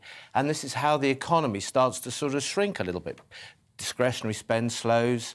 People look, as you quite rightly say, as Colin quite rightly says, I can now grow my own vegetables, which hopefully sounds like he's also enjoying a little bit as well. There's nothing like eating at home your homegrown vegetables. But the fact of the matter is that, and you can see why higher oil prices and higher energy costs are a taxation on the overall broader economy. Yeah, no, you certainly can. Look, Colin, I was going to ask you, because we're all having a bit, if we can afford to, having a bit of a splurge this weekend for the Jubilee. What are your plans? Okay, we have the Medway Queen in Gillingham. It's a paddle steamer, which has just been completely refurbished and repainted at Ramsgate. And there are tour guides on board the paddle steamer with cream teas and such like in the afternoon with 1940s music playing. And I'm going to do a bit of a tour guiding on the Friday. So that's my Friday. On the Thursday, with my son, going to watch the old Beacon lit in Marden. Oh, yeah. And then go and see the mother-in-law on the Saturday. Nothing wrong with that. Can I just ask, on the back of that door, who are you trying to keep out and why? What? On the other side. No, on the other side. On the other side. Got a big notice saying keep out. That's the cellar that the son he lives down there. That's what he does, all his PlayStation and all that. Oh, so he doesn't want you out. This is the trouble with these pesky children, Colin. You can't even go into parts of your own house now. What, 25? Yeah, real child, yeah. Is it? Do you know what I mean? I tell you what, there's been a lot. I know we're quizzing you over everything this morning, but there's been obviously we've talked about housing a lot for I mean years and years and years now. I mean, in terms of your kids, if you've got a 25-year-old at home, is it? I mean, do they really struggle in looking to either rent a place or save up for a deposit and all that sort of thing? We thrashed this one to death because I tell them that I bought my first house for £15,000 in 1979, and they say, "What?" I said, "Yeah, but interest rates were about, I don't know, 14, 13%, something like that." We had really hard times then, but we got mortgages. But today, jobs, zero contracts, can't get credit on them, can't get mortgages on them. They try to save, and every time they save, house prices go up. It's a big issue for this 18 to 30 year group. It really is. I feel for them big time. Yeah. Is there a threshold for how long, you're happy to have children at home, or is it just for the foreseeable? For as long as they want to stay here. Yeah. if they put money aside, then that's if they were, what's the right term, boozing it up. If they were just being silly with the money, then that's not good. But no, they're very sensible and they are saving. Yeah. It seems like you've got a really nice family there, Colin. I mean, you're definitely a family man. Well, this is my two stepkids. My three sons are done and dusted. They're 10 years up the generation, so they're lucky. They've got houses, they've got kids, they've made it, they crossed the line. But it's this poor pandemic group, this job opportunity group. How can I say? There's lots of parents and guardians out there that all saying the same thing. We'll support them, but we think about our time, and we leapt off the ship, didn't we? All left and went and did our thing. But let's leave it there because it is upsetting, really. Yeah. No, it is. It's a changed world for a lot of these people. I'm hoping, Stephen, what I'm hoping is that where we had so much industry, so much manufacturing that created training and apprenticeships and guys to get skills, that we go back to bringing what we made back into this country, and we could then take on these people to take on their jobs again, like we had. We've decimated steel, we've decimated automotive, we've decimated shipbuilding, dockyards. These are all places that created jobs, create opportunities, and what created us skilled people to do jobs thereafter, electricians, etc., etc. And that's what we've lost. I totally agree. I mean, I'm from my grandparents and uncles and all that on my mum's side. We're all shipbuilders up in Barrow at Vickers, and that's really reduced in size now. BAE Systems is much smaller than it used to be. But you're right, and there seems to be a lot of focus on getting everyone to university and not getting apprenticeships and learning a trade. Correct. I mean, funny old BA. I was GC up at Rochester, and they took me on from school. And I never looked back, Stephen. I did commercial training scheme there, and I went on to do a wonderful career there, working on military and commercial aircraft, and it's a fantastic platform to move on. But there were 6,000 when I started, 6,000 employees. I think there's something about 300, 400, maybe 600 people, a tenth. That's across the country. I'm sure it is. It's interesting because what the sort of general idea you're pointing towards is self-sufficiency. Now we're out of Europe and all the rest of it. We do need to be more self-sufficient, don't we? Yeah. Bring back pounds and ounces. Oh! You're gonna see. Winner! You're going to set the GB News inbox flooding. It has been such a pleasure to talk to you. Thank you so much, Colin Matthews. Really, really appreciate your time. Vote Colin, vote Colin. Vote Colin. I think we will be. Colin, thank you very much indeed. It's a joy, an absolute joy. And Paul Sedgwick, thank you as well. Pleasure. Thank you very much. You have a job to beat Colin on that one, don't you? Well, I tell you what, I was only sitting there thinking to myself that the points that Colin raises, that he's just been discussing and highlighting, you could spend half a morning talking about. Because there's a lot of topics there that resonate, I'm sure, with a lot of people and that sort of thing. And, the thought that I thought at the end is the point about trying to encourage industry and that sort of thing. I mean, hopefully the government will realise that that's needed, investment is needed, encourage investment and that sort of thing is important as well. Yeah, no, absolutely right. Paul, thank you very much indeed. This is why we love talking to you, because look at all those ideas and thoughts that Colin had. Yeah, and what would your individual vote winner be? Would it be going back to pounds and ounces? Is there anything else that you're going to, with absolute glee, light up and say, oh, well, I'd vote for that? It was absolutely fantastic to speak to Colin. And, as ever on this programme, we love hearing from you directly. So if you'd like to feature and chat to us, then let us know. Interestingly, on Dan Wootton's show last night, they put a Twitter poll out about pounds and ounces. Should the UK return to imperial measurements? 60% said no. 40% Sorry, yes. Colin. I have to say, I wouldn't like it because, I mean, I'm 48. And I don't know. I thought we weren't revealing how old you were because people keep thinking that Stephen is much younger than he is. So I think I'd just play up to it. No, I don't mind. But even at my age, I don't understand pounds and ounces. So there's a big generational divide. But how do you weigh yourself? Kilograms. Really? Oh, no, I'm still in pounds and ounces. Are you? Yeah. Oh, no, kilograms. Right, let's move on. You can email us about that one if you like. From our age and our weight. Yeah, I'm not going to say how old you are, Rosie. It's a state secret. It's 19 minutes past 7. Let's bring you up to date with what else is happening today. And pressure's mounting on the Prime Minister.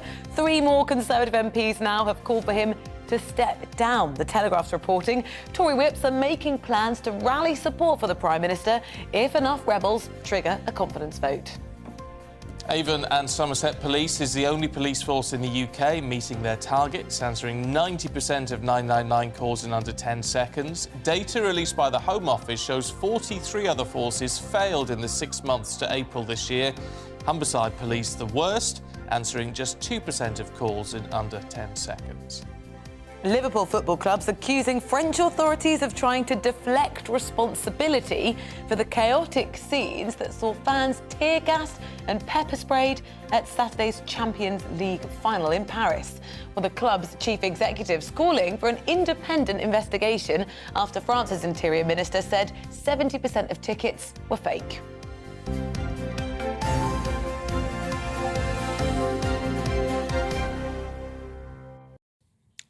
Just a message from Deborah Dunlop. Morning to you, Deborah. Talking about fuel prices going up more than £100 to fill up your car. The average family car, £100. Deborah says, what about community practitioners who work for the NHS and use their cars for domiciliary visits? We've not seen petrol allowance adjustment for years, so it's costing practitioners money to continue their visits. There's no changes to, what you can then claim back in your expenses. It's a fair point. It's a fair point. It costs you to do your job in that way. That's got to be looked at, surely. Now, let's look at an exclusive from GB News. We can reveal that up to 30,000 hotel rooms are being requisitioned by the Home Office every day to house asylum seekers as they wait for their claims to be processed. Yeah, as the government grapples with what is a growing accommodation crisis, the first of up to 1,500 asylum seekers will move into an old RAF base in North Yorkshire this week. Well, locals in the adjoining village of Linton-on-Ouse have told our Home and Security editor Mark White the plans are ill thought out and they'll end in disaster. On the seafront in Eastbourne, this hotel would normally be home to some of the many tourists who visit this East Sussex resort. But these guests are not holidaymakers. They're asylum seekers, some of the tens of thousands who are currently placed in hotel accommodation. It's an understandably sensitive issue. As we filmed, this Home Office minder filmed us. Another tried to persuade the guests to go back inside. And as I tried to speak to some of them, I was told I couldn't. They are not allowed to speak. They are guests. Well, they are allowed to speak. No, they can't give any statement to you. That's official. You're telling us on behalf of the Home Office that these people are not allowed to speak to us. Is that what you're telling us? You can speak. They are not know English. Yeah, well, exactly. Thank you. In broken English, the two men told me they were both 27 and from Iran, but wouldn't say how they got to the UK. We've been told that every day around 30,000 hotel rooms across the country are requisitioned by the Home Office to house asylum seekers. It's costing close to £5 million each day and is clearly unsustainable. This hotel near Bristol Airport, another where business travellers and holidaymakers are unable to book their rooms. And when they ask why, as John Northfield did, they're simply told to contact the Home Office. I actually booked it through booking.com and they said if I wanted an explanation I would have to try and contact the hotel direct, which I did try and do that, but obviously they weren't very forthcoming as to why the hotel was being closed for 12 months. The need for radical solutions prompted the move to adapt this old RAF base at Linton-on-Ouse in North Yorkshire for use as an accommodation centre. But its close proximity to the village of Linton-on-Ouse has enraged locals like Catherine Dryden, who fears that an influx of bored young men is just asking for trouble. They are going to be bored out of their schools. There is no infrastructure in this village.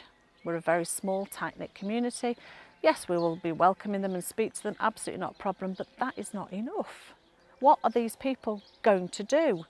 Despite the understandable local anxiety, if the government can make a success of the asylum accommodation centre here, it could pave the way for other similar camps. You only need to walk through the centre of this village to see exactly what locals fear in terms of their community being completely overrun. It's tiny. The main street here has one shop and not much else. So with the prospect of hordes of young men hanging around here, the concern is understandable. Those worries are being compounded by several incidents of concern in some areas where asylum seekers have been housed, including this one in Windsor, where a group of schoolgirls videoed as they were propositioned by a couple of asylum seekers. You know we're 15. Yeah, how old are you? 21. You know we're 15. Who? Us. Oh my!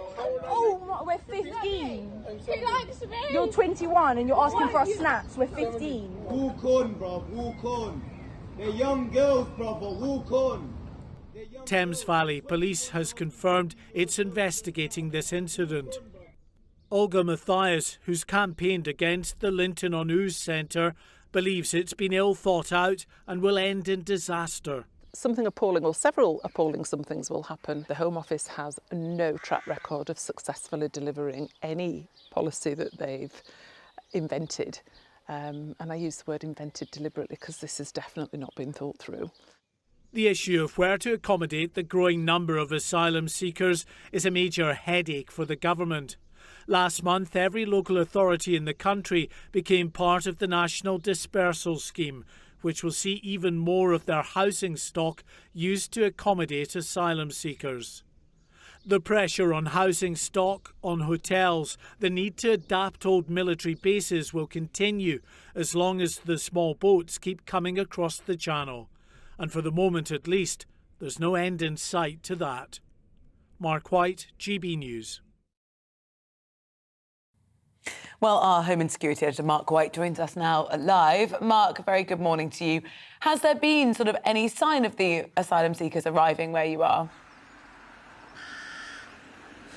Well, here in Linton-on-Ouse, they are expecting the first group of asylum seekers to arrive any day now. Now, the Home Office say that it will be a phased introduction. So initially, some 60 asylum seekers expected to arrive here, and then over the coming weeks and months that will increase up to about 1,500. Now the problem with that is the population of the village is only some 700, so you're effectively more than doubling the population of this village. It's a tiny quiet village. There's a village hall here, there's a shop across the road. There's nothing to do really in the way of amenities in this village, and when you have 1,500 young asylum seekers who will be free to go to mix with people in the village, then that's probably what they'll do, and they're going to be, according to visitors, very bored when they're here. But the government knows it has to do something. In the year to March, some 65,000 people applied for asylum in the UK. 31,000 of those came across in small boats across the English Channel. Once again today, more boats coming across the Channel. We're told that there are 5 boats that have been spotted so far this morning and are being intercepted by Border Force. So the government have got to do something. This is one potential solution, but it's highly controversial. OK, Mark, thank you. We'll get more from Mark a little bit later on, of course, and your thoughts would be very welcome. gbviews@gbnews.uk on that contentious issue. Right now, it is 28 minutes past 7. Do stay with us here on Breakfast. We're taking you through the top sports news with Paul Coit, including that long-awaited Chelsea Football Club sale. Don't go anywhere.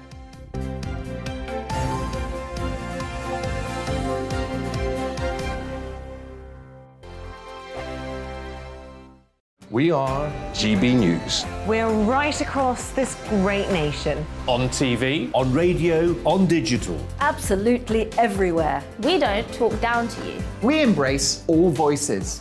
With honest and civilised conversation. We're not part of the establishment. We're one of you. And we're only getting started. Join us on GB News, The People's Channel. Britain's news channel. Every morning from 6 o'clock, we'll wake you up with GB News Breakfast with all the stories you didn't know from the night before. So whether it's serious news, entertainment, or your own views from all over our great nation, we're here to kick off your day with a smile. And the national media should be reflecting and reporting what's happening here. You will notice the northwestern accents. Whether you're with us on TV, radio, or online, every morning, it's breakfast from 6 a.m. Hope you can join us. Join us for Ministry of Offence, the comedy panel show that's just like the news, in that the left fights the right and it doesn't really seem to matter who wins. We cover the big stories. It was in fact a troop of baboons and not angry vegans. I like that. And the really important stories. Fat naked cow gets stuck in swimming pool. it's a headline in a lot of local newspapers. Yeah. We're on the same team, Nick. Yeah, but I'm just helping you. Join us for Ministry of Offence, Saturday nights, 8 o'clock on GB News. I'm Dan Wootton. Join me Monday to Thursday from 9 to 11 for the feistiest and most fun news debate on TV, where free speech reigns. I'll bring you a sharp take on the day's biggest stories, bombshell newsmaker interviews, and A-list guests. And I guarantee you, no spin, no bias, no censorship, and no reason to go to bed. That's Dan Wootton tonight, Monday to Thursdays from 9 on GB News.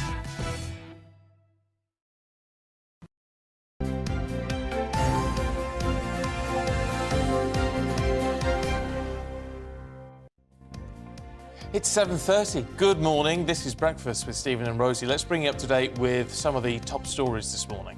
Now, more than 1 in 10 people have skipped meals because of rising food prices. 8% of us have prioritised meals for other family members. Well, the consumer group Which says surging living costs mean 57% of us are being forced to make adjustments, including things like cutting back on essentials, taking out loans or borrowing from family and friends. Pressure's mounting on the Prime Minister after 3 more Conservative MPs called for him to step down. The Telegraph says Tory whips are making plans to rally support for the PM if enough rebels were to trigger a vote of no confidence.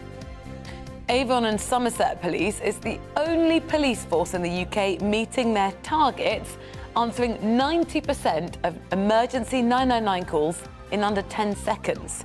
Well, it's new data that's been released by the Home Office that shows that 43 other forces failed in the 6 months to April of this year, with Humberside Police the worst, answering just 2% of calls in 10 seconds.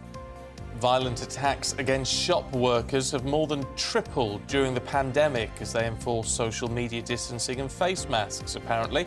The British Retail Consortium says despite fewer shops actually being open, levels of abuse soared to 1,300 a day last year. The Duchess of Cornwall has crowned nearly 500 volunteers, we like this term on breakfast, platinum champions. Camilla called them the backbone of our country, and she headed the judging panel to select the nation's most outstanding volunteers to mark the Queen's Jubilee.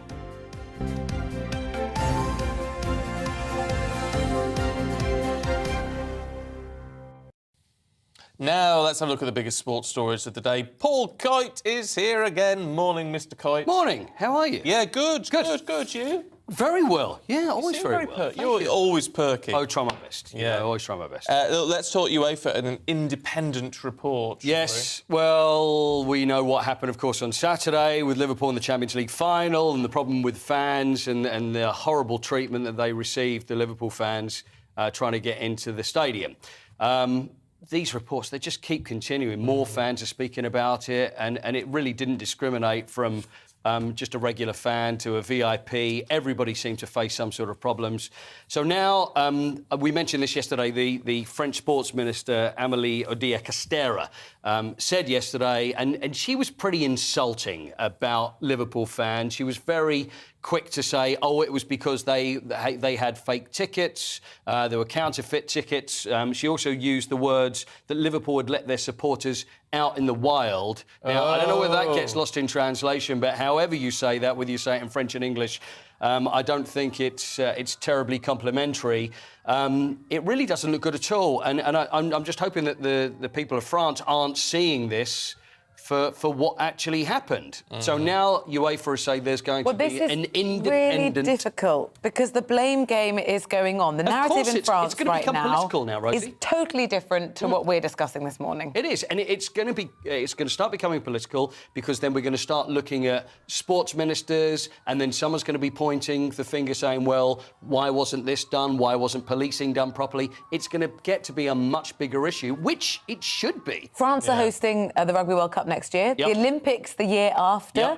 How much of this is about kind of a cultural issue of how France deals with kind of public disorder in a way that we're not really used to? I think, as far as this is concerned, they've looked at it and thought, this is English football fans, they're football hooligans, there's going to be trouble, which is absolutely not necessarily the case. Well, I'd say it wasn't going to be the case. I've been to a Champions League final before, two English clubs, and it was fine. Everybody got on very well. So I think what they've thought is automatically we're going to, on the back foot, we're going to deal with this. When it comes to the Olympics, they're probably thinking different crowds, and it's the same as rugby as well. So I don't expect the same thing's going to happen. But the way it was dealt with was wrong, and now an independent commission by UEFA, which doesn't fill me with a huge amount of confidence, is now going to look into it. So let's keep our fingers crossed that the right decision's made over it. Interesting. OK, from Liverpool to Chelsea, and now Todd Bowley is in charge. £4.25 billion. It's a lot of money to buy a Chelsea Football Club. Under Roman Abramovich, the rumours were they were losing £900,000 a week.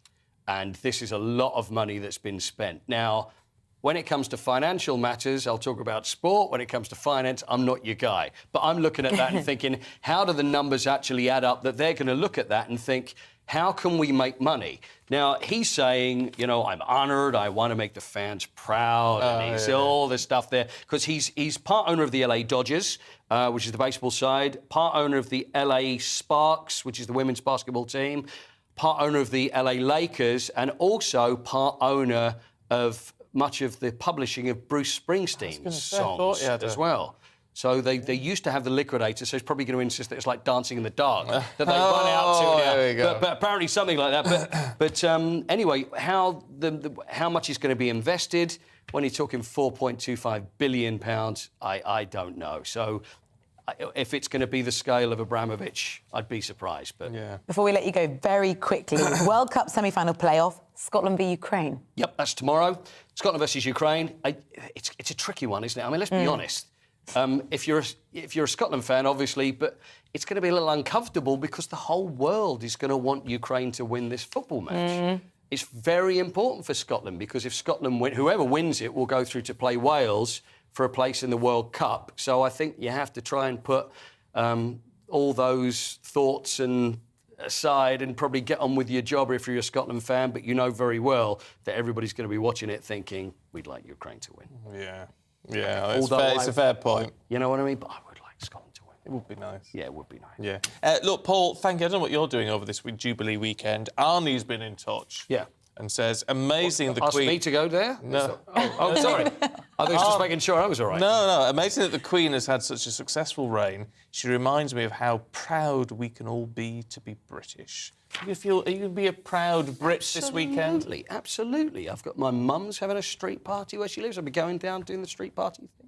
I don't have the bunting. There's not enough bunting for me. No. I like to see the unity bunting, you know? There seems to be bunting everywhere. I like a bit of bunting. Rosie gave me this look as if, bunting? Are you kidding me? I love the bunting. Oh, yeah. No, I'm all for that. No, I like the bunting. Well, the centre of town right now, particularly if you go through central London, is kind of bunting. I love it. I think it looks fantastic. It's great. Yeah. Paul, thank you. You're gonna have to wear a Union Jack. I will be broadcasting covered in bunting tomorrow. Excellent. Yes. That is something to look forward to. Look, don't go anywhere. We're going to take you through the papers in just a couple of minutes.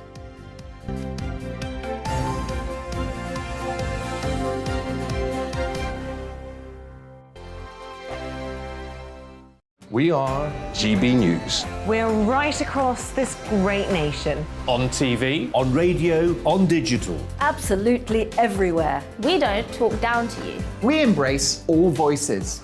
With honest and civilised conversation. We're not part of the establishment. We're one of you. And we're only getting started. Join us on GB News, The People's Channel. Britain's news channel. Every morning from 6 o'clock, we'll wake you up with GB News Breakfast with all the stories you didn't know from the night before. So whether it's serious news, entertainment, or your own views from all over our great nation, we're here to kick off your day with a smile. And the national media should be reflecting and reporting what's happening here. You will notice the northwestern accents. Whether you're with us on TV, radio, or online, every morning, it's breakfast from 6 a.m. Hope you can join us. Join us for Ministry of Offence, the comedy panel show that's just like the news, in that the left fights the right and it doesn't really seem to matter who wins. We cover the big stories. It was, in fact, a troop of baboons and not angry vegans. I like that. And the really important stories. Fat naked cow gets stuck in swimming pool. It's a headline in a lot of local newspapers. Yeah. We're on the same team, Nick. Yeah, but I'm just helping you. Join us for Ministry of Offence, Saturday nights, 8 o'clock on GB News. I'm Dan Wootton. Join me Monday to Thursday from 9 to 11 for the feistiest and most fun news debate on TV, where free speech reigns. I'll bring you a sharp take on the day's biggest stories, bombshell newsmaker interviews, and A-list guests. And I guarantee you, no spin, no bias, no censorship, and no reason to go to bed. That's Dan Wootton Tonight, Monday to Thursdays from 9 on GB News.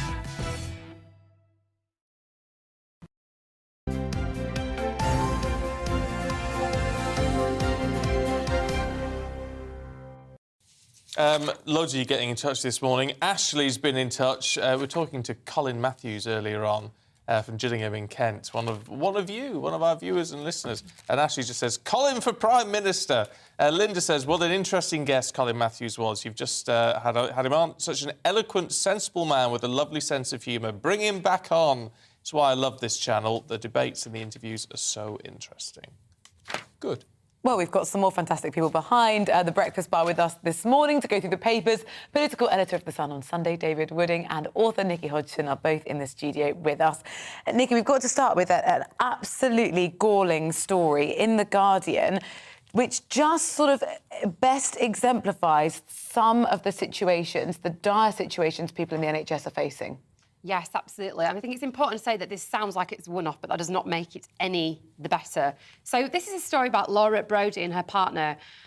Laura gave birth prematurely to her baby son at home, and sadly, he died. And she went to hospital. She went to University Hospital Lewisham, where she was told that she couldn't take his remains to the mortuary because they didn't have the right paperwork. So she actually had to take the remains back to her own home and store them in the fridge. And it's just, you can't imagine what... How can that be right? You can't imagine, first of all, what Laura was going through and her partner. But more than that, what on earth was going on at the hospital that somebody thought that was the right thing to tell this person, no matter if the protocol was followed or not, or, you know, it just is totally barbaric. So, you know, very rightly so, her story has come to the fore. And the Minister for Women's Health, Maria Caulfield, has said, you know, deepest sympathies with her and we need to do more. But, you know, what on earth do you do to give someone recompense in this situation? Oh, you can't. Can you? You can't. But I mean, Lewisham really need to look in, and whoever gave that advice, maybe it was just someone who didn't know what they were doing, found themselves in the wrong place at the wrong time. Well, so maybe it was. It just shouldn't happen. Maybe it was. I mean, I used to be a temp in NHS hospitals when I was first in London, and I did cancer waiting lists and things like that, and I didn't know what on earth I was doing. Honestly, I really didn't. But the point was that you would hope somebody would have enough sense to see somebody was massively grieving and totally distressed, and they needed more help than that. Yeah. So it's a terrible story. I'm so sorry to Laura and her partner. Yeah, this is awful. Look, sticking with the NHS, David, in the Daily Mail, we need at least 13,000 new beds. Yes, and this is causing terrible delays in getting people treated when they're taken into A&E. We've got the second lowest number of beds in Europe, it says in the EU, but we're not in the EU anymore. But of course, we are only one country in the EU has a worse situation than us, and it means that because of this, there's something like 24,000 people have had trolley waits in A&E of more than 12 hours, which is astonishing. So it's missing all record. We have invested. I mean, we're always told that the whatever else has gone on, investment in the NHS has continued. So we're told, year on year on year. So how are we down so many beds? And we've just seen the government pump loads of money in as a result of COVID, the COVID Recovery Fund, and we're paying an extra 1.25% on our national insurance contributions. The problem is that nobody feels willing to criticise the NHS, and it does need reform. Putting the money in, Gordon Brown did it in the Labour years when he was Chancellor, and there wasn't any palpable improvement. So investment and reform have to come along at the same time. There's another really difficult story in The Guardian, Nikki, about police and their treatment of and the aftercare, really, of rape victims and things like their data, what they should be storing, what they shouldn't. Yeah, I mean, it is a depressing story, but there's a positive end to it, so that's kind of why I've chosen it this morning. So it's to do with when people report rape, sexual assaults to the police, they're given a form to sign which gives the police access to all kinds of personal information. It's WhatsApp messages, it's counselling records, it's even primary school records. God knows what they need that for. But it puts victims off coming forward. And by comparison, people who are being accused of rape, fair enough, it's got to be a criminal investigation, don't have anywhere like the same interrogation of their data at that point. So what's happening now is the Information Commissioner's Office is saying that police have to stop this or they're going to get fined. So finally, this is something that Vera Baird, who's the Victims Commissioner for London and for England and Wales, has been campaigning for years now, that we have to stop this interrogation of victims' data because that is partly why the rape conviction rate is so low. It's difficult, isn't it? I don't want to sound insensitive, but I mean, there have been cases where allegations have been made and it's been through things like WhatsApp messages that have been found that someone has been cleared. So, I mean, how do you balance this out? Yeah, and I mean, I suppose that's why the messages to date have been preserved. But I think it's got to be on a kind of needs-must basis what you access. It shouldn't just be one... I know how they do it. They give you a piece of paper, you sign the form, then they can get whatever they want when they want it. Yeah. So it's got to be, well, we think we've got reason to suspect we need to read those messages, so therefore they ask for the consent. It's surely got to be done that way. Yeah, that's a fair point. David, sperm donors, or one particular sperm donor in the Daily Mail this morning. What's he been up to? Well, it's the father of 15 children who's donated his sperm to lesbian women who want to start a family. And he advertised his services on social media.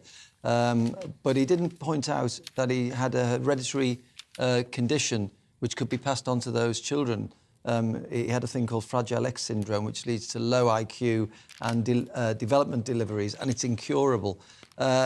What's happened is he's gone to court in Derby, the High Court in Derby, and the judge, he wanted to have access to one of these children, and the judge has taken the unusual step of naming him because she believes he will be further offering his sperm for children and without the recipients knowing about it. But shouldn't he... you'd have to declare this, wouldn't you, as a registered donor? Well, you should, but he seems to have been doing it on social media again. It's another social media story in many ways. And so, of course, the judge fears that by keeping the anonymity of this man,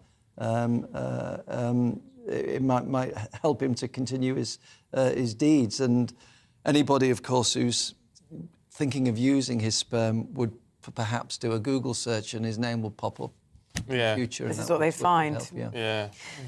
Let's move on. We've been talking about the cost of living and how people are trying to save. Well, the Financial Times have a magazine famously called How to Spend It, which I don't think would necessarily cater to any of us here, but they're going through a bit of a rebrand because perhaps talking about how to spend huge sums of money is maybe falling a little bit out of favour.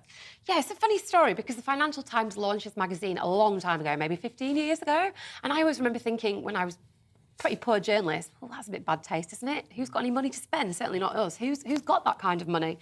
And it seems like that's finally caught up with them. Joe Ellison, the magazine's editor, has said the change is necessary to reflect a world with deeper sensitivities. So the magazine is now going to be known by its initials, that'd be an acronym. And so instead of how to spend it, it could be how to save it, how to splurge it. There've been some other suggestions of what the S could stand for, which were turned down, such as how to snort it or how to steal it. Oh, excellent. For obvious reasons. But it is quite amusing. It is quite amusing. Some people, they just don't read the room. They don't read the room. I'll tell you what, how to afford the FT, it's not a cheap publication. I mean, I don't get it delivered at home. I want to get it in the office, it's so expensive. I don't know how much it is. Let's just have a look today. £3.10. £3.10. It's a lot of money for a weekday, if you wanted to buy it. I think newspapers are all good value for money, I must stress. Oh, yeah. Especially yours, David. The Sun is quite a bargain. Yeah, and one of their stories there, cost crisis. Small businesses feel squeezed. Well, they may not be buying... they certainly won't be buying how to spend it, that's for sure. No. Look, David, Nikki, thank you both. We'll catch you a little bit later on. Let's bring you up to date with the headlines at 7:49. Now, a further 71 cases of monkeypox have now been detected in England. That's according to UK Health Security Agency. Well, the latest cases bring the total number confirmed in England since, early in May, the 7th of May, now to 172 cases. The Tony Blair Institute says every home should be offered free energy plans, including advice on how to reduce heating bills. Their report says the scheme could halve heating bills by 2035 and achieve net zero greenhouse gas emissions. The NHS needs, as we've been hearing, 13,000 more beds to significantly improve accident and emergency wait times, ambulance response, and also handover delays. That's according to the Royal College of Emergency Medicine. They say the NHS has lost almost 25,000 beds across the UK since 2010.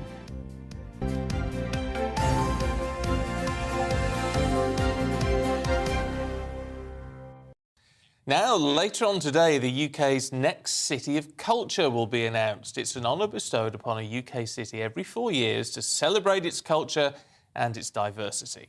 4 areas have been shortlisted this year. We've got Southampton, Bradford, County Durham and Wrexham County. Coventry's been the City of Culture for the past year.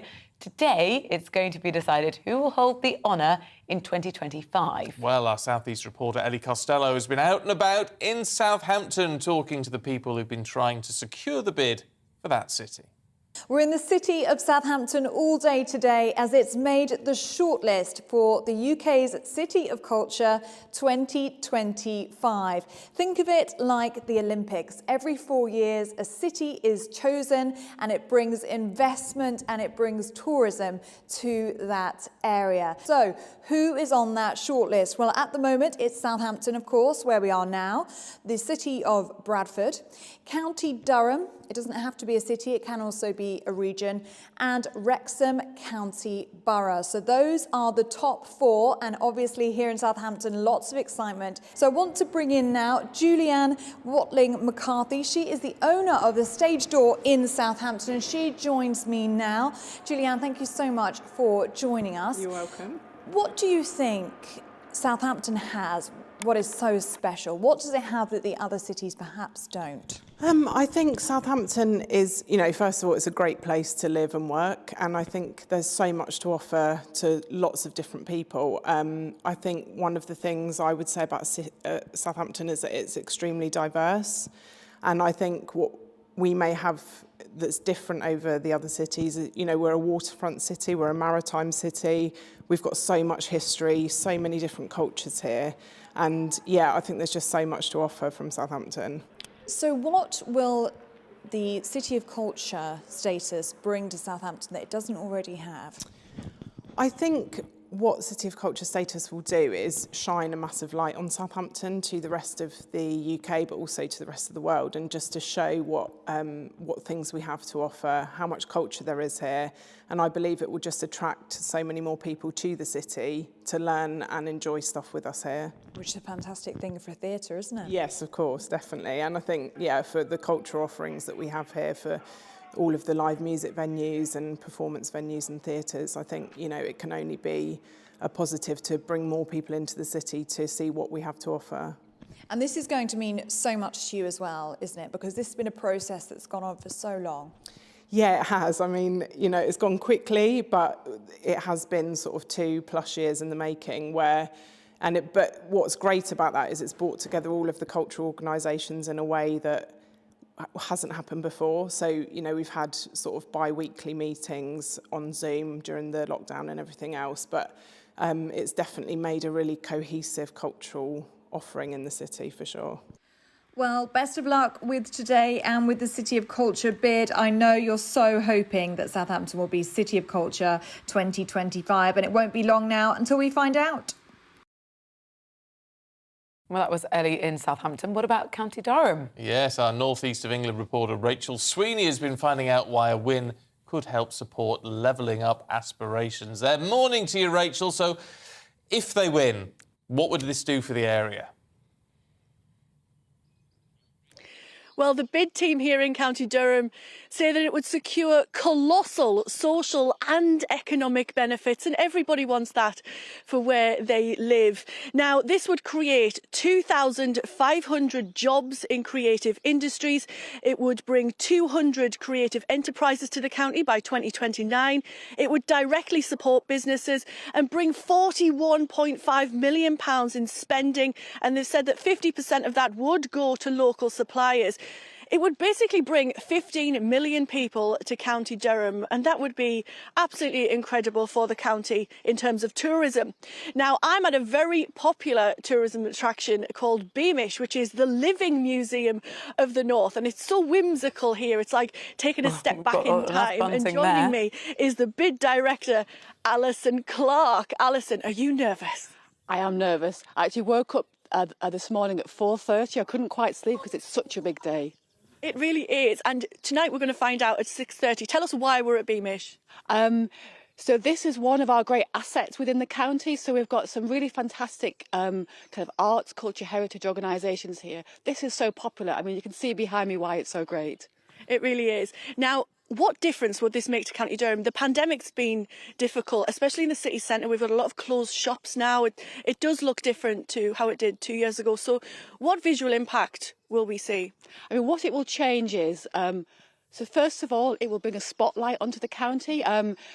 Because actually we all know that it's a great place, it's beautiful, there's just such a lot happening here, and it shines a spotlight on the place, which means that everybody else knows about it too. And that also means that we will have new shops opening, to have pubs, restaurants, all the things which will cater for the 50 million visitors which will come here in that year. I can see on your face you're very the anticipation of waiting to see if we win. Now tonight at 6:30, when that is announced, what will be happening here? Well, here there'll be a huge street party. So people have been really keen to come. There are hundreds of people here because they're just really waiting to see what happens, because the whole bid process has involved hundreds and thousands of local people, local businesses, local organisations just really getting behind it. And this party tonight will be everybody gathering together to just hopefully celebrate us winning. Where do you start with a campaign to win the title of UK City of Culture 2025? How much work has gone into the campaign?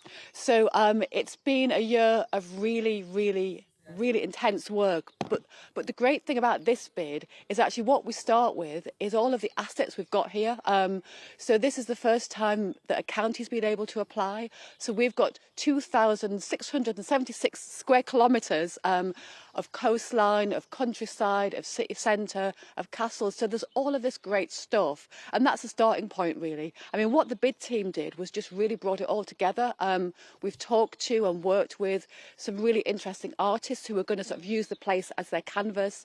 We'll bring some great events, and it isn't just culture as in art.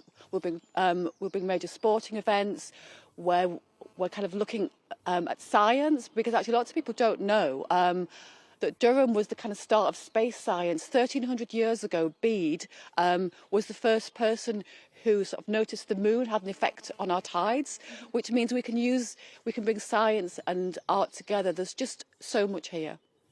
Well, as you know, I am born and bred County Durham, so I am impartial, but I do have my fingers crossed for County Durham. But you know what? The people in Bradford, Southampton and Wrexham, they love where they live too. So best wishes and good luck from a very hopeful County Durham.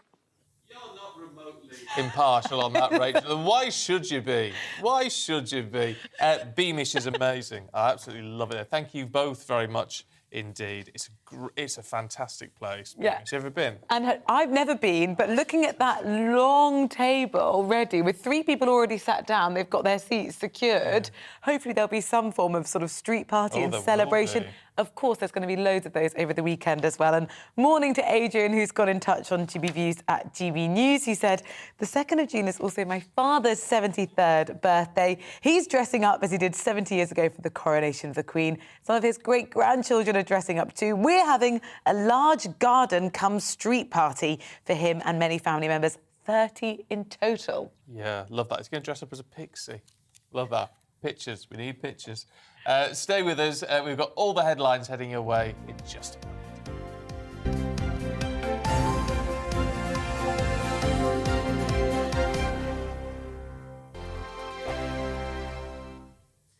We are GB News. We're right across this great nation. On TV, on radio, on digital. Absolutely everywhere. We don't talk down to you. We embrace all voices. With honest and civilised conversation. We're not part of the establishment. We're one of you. And we're only getting started. Join us on GB News, The People's Channel. Britain's news channel.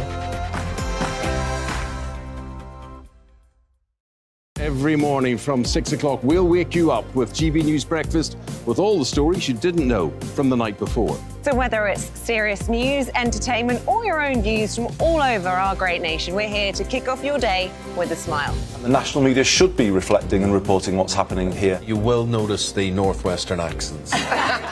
Whether you're with us on TV, radio, or online, every morning, it's breakfast from 6 a.m. Hope you can join us. Join us for Ministry of Offence, the comedy panel show that's just like the news, in that the left fights the right and it doesn't really seem to matter who wins. We cover the big stories. It was in fact a troop of baboons and not angry vegans. I like that. And the really important stories. Fat naked cow gets stuck in swimming pool. It's a headline in a lot of local newspapers. Yeah. We're on the same team, Nick. Yeah, but I'm just helping you. Join us for Ministry of Offence, Saturday nights, 8 o'clock on GB News. I'm Dan Wootton. Join me Monday to Thursday from 9 to 11 for the feistiest and most fun news debate on TV, where free speech reigns. I'll bring you a sharp take on the day's biggest stories, bombshell newsmaker interviews, and A-list guests.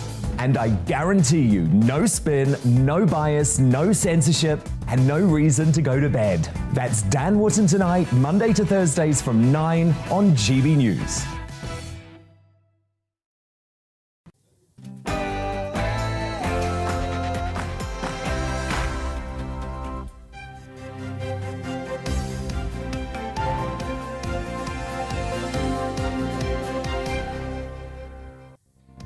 Ministers face increased pressure to act as the price of fuel reaches a record high.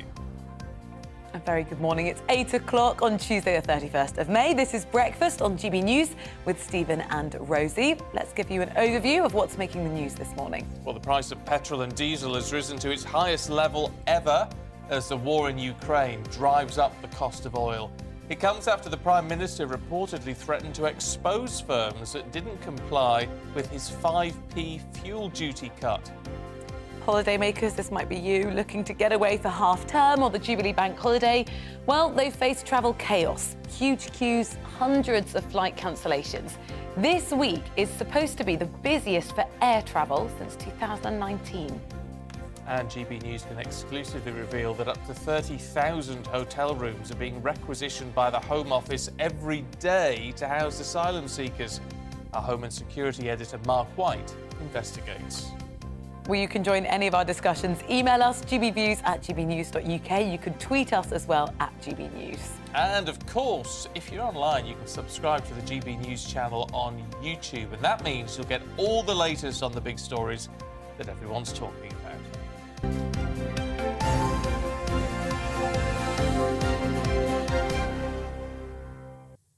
So our main news today, ministers are facing increased calls to do more about the cost of fuel as the price of petrol and diesel in the UK reaches record highs. So the average price of petrol hit a new peak, 173 pence a litre. The price of diesel for a litre, 183p. Now, this means the price of filling up a car with diesel is now above £100 for the first time. That's for the average car.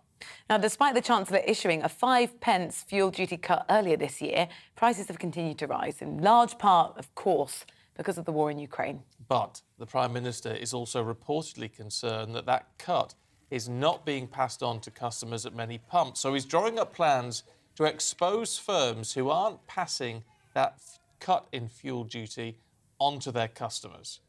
Well, joining us to discuss this more is the Chief Operating Officer at the Institute of Economic Affairs, Andy Mayer. It is a real pleasure to have you back in again. This is, yet again, really difficult news for families, individuals trying to get by, who are looking at the cost of their food, their energy bills, and now what they're putting in their car. Yeah, it's not going to get better quickly. I mean, the price of oil is going up globally, and one of the reasons it's going up is the conflict in Ukraine, and that conflict is not going to end soon. So the oil companies are hedging against that very difficult future.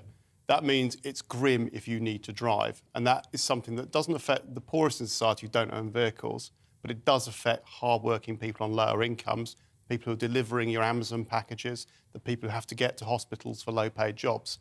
And the government reasonably is drawing attention to this, but not reasonably doing anything about it. So the government themselves are responsible for about 90p of every litre of fuel you put in your car. And what the government has picked up on is that there was a bit of a complaint last month about whether or not the full benefit of the fuel duty cut was being passed on. Well, that's pennies. So on the one hand, we've got 90p of tax on your litre of fuel, and on the other hand, is a particular one of the 8,500 retail fuel courts actually passing a penny on to you.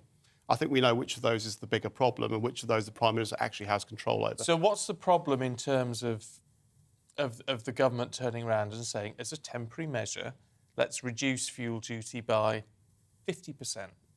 Now, that would make a huge difference to a lot of people. And also, say, for the terms of the transport, it would help with the price of food and everything else, wouldn't it? But is it just a case that they cannot afford to lose that income? It's more the case they don't want to do that. It's not just about the income. I mean, they could, as this is a crisis, and we know it's a crisis that depends on world events over which they have no control, they could just borrow money until the crisis passed. That's what they did during the pandemic. It's not an unreasonable reaction to try and help people through it. But what they're doing instead is saying that we have no ability to reduce this stuff, and they clearly do. And they could cut it right back down. They could remove it entirely, and that would make fuel a lot cheaper. But they want that signal there because of net zero and the other part of their agenda.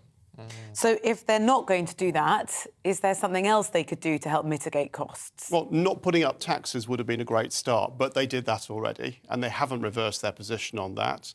They could do a much more in terms of getting new supplies of oil and gas into the economy. They are trying on trade deals.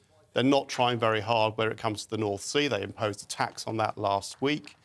We're still waiting to hear about the moratorium on fracking ending. And those are more medium-term solutions. So ultimately, the only way to get past a crisis caused by fossil fuel prices rising is more fossil fuels in the short term. But we haven't got those.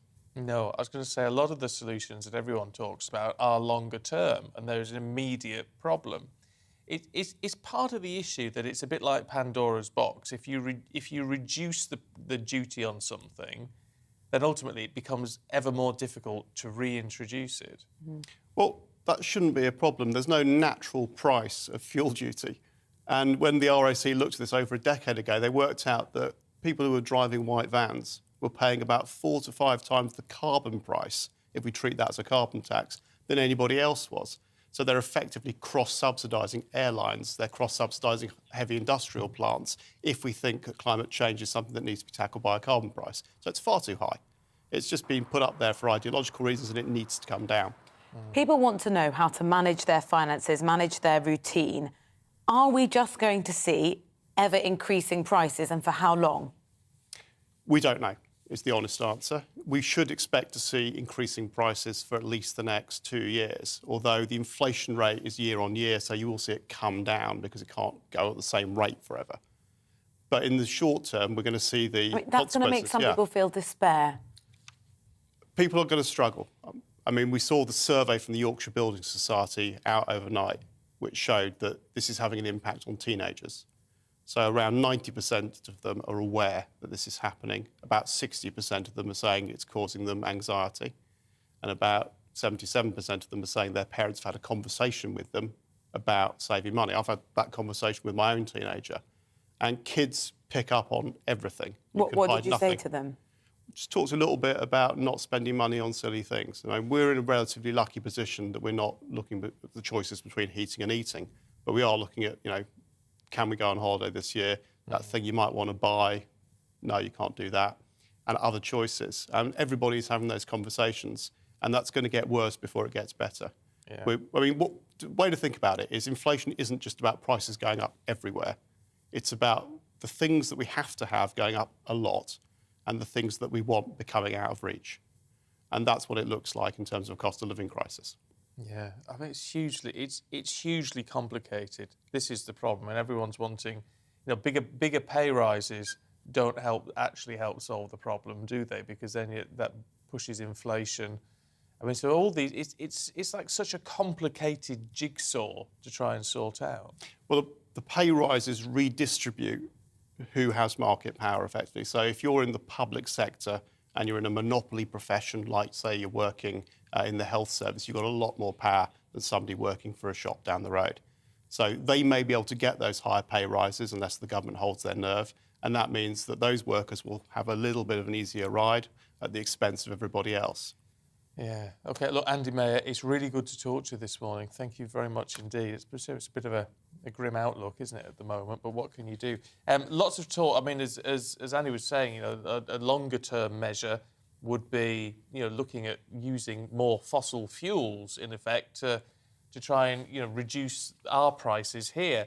and the fracking issue and all that sort of thing. Daniel's been in touch. Morning, Daniel. He says, I guess this is the government's position in effect. He says, I get concerned with the pressure to reuse fossil fuels or use more fossil fuels to solve this crisis.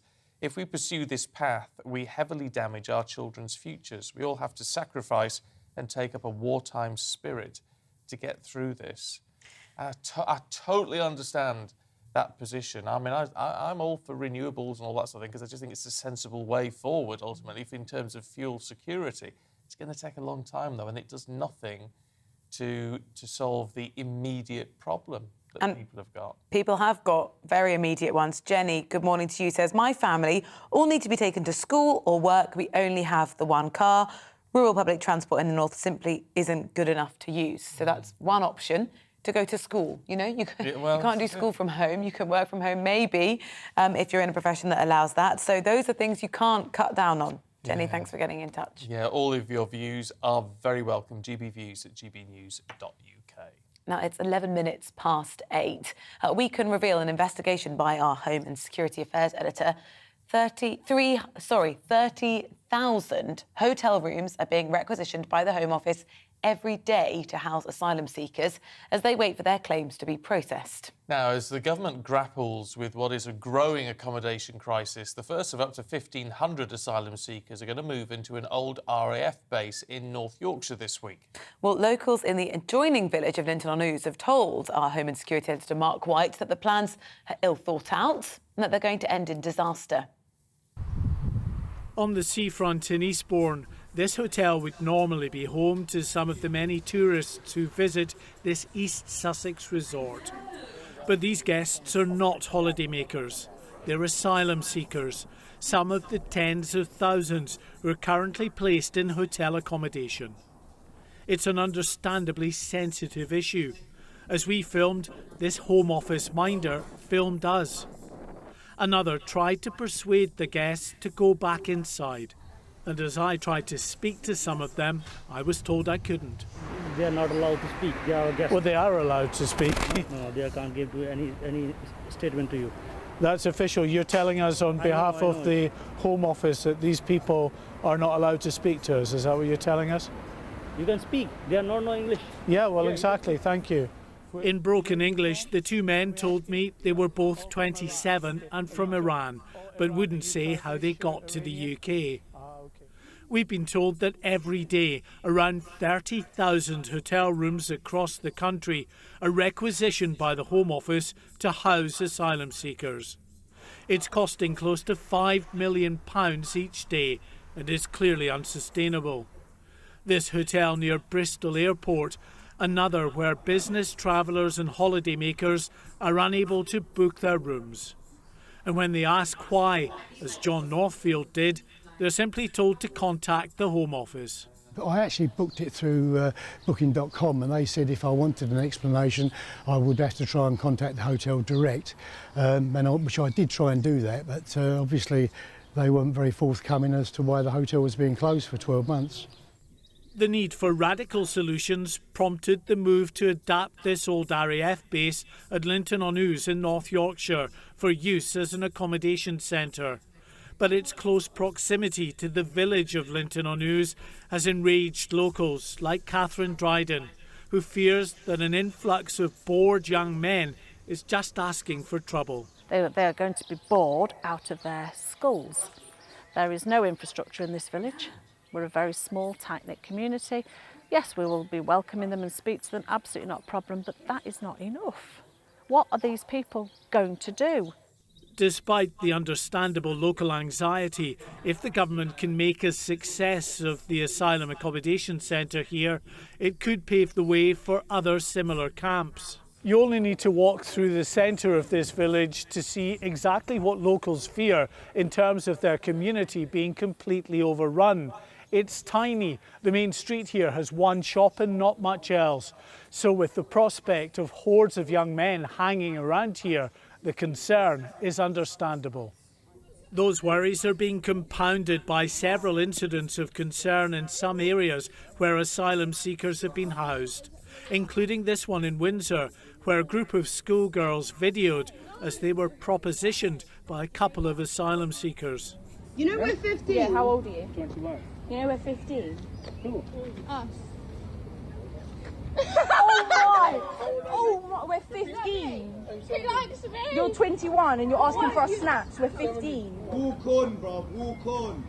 They're young girls, brother. Walk on. Thames Valley Police has confirmed it's investigating this incident. Olga Matthias, who's campaigned against the Linton-on-Ouse Centre, believes it's been ill thought out and will end in disaster. Something appalling, or several appalling somethings will happen. The Home Office has no track record of successfully delivering any policy that they've invented. And I use the word invented deliberately because this has definitely not been thought through. The issue of where to accommodate the growing number of asylum seekers is a major headache for the government. Last month, every local authority in the country became part of the National Dispersal Scheme, which will see even more of their housing stock used to accommodate asylum seekers. The pressure on housing stock, on hotels, the need to adapt old military bases will continue as long as the small boats keep coming across the channel. And for the moment at least, there's no end in sight to that. Mark White, GB News. Well, let's talk to Nigel Farage, who's been speaking about this topic on his own show, of course. Morning to you, Nigel. I mean, look, I know, and we all know, that you want to, as many of our viewers do, we need to cut down on these numbers. But in the meantime, it's that perennial question. They've got to go somewhere. Yes, in fact, I've been dealing with a letter this morning from a lady in Linton-on-Ouse. She says, I am desperate, absolutely desperate, to maintain myself and my children's safety from people who've entered our country illegally. That's her opinion. Is there anything you can do, any power you can muster? I am begging. And that's an example of the way people feel in Linton-on-Ouse. It's a tiny little village. But equally, you just showed in Mark White's excellent package what was going on in Windsor. And here's the problem.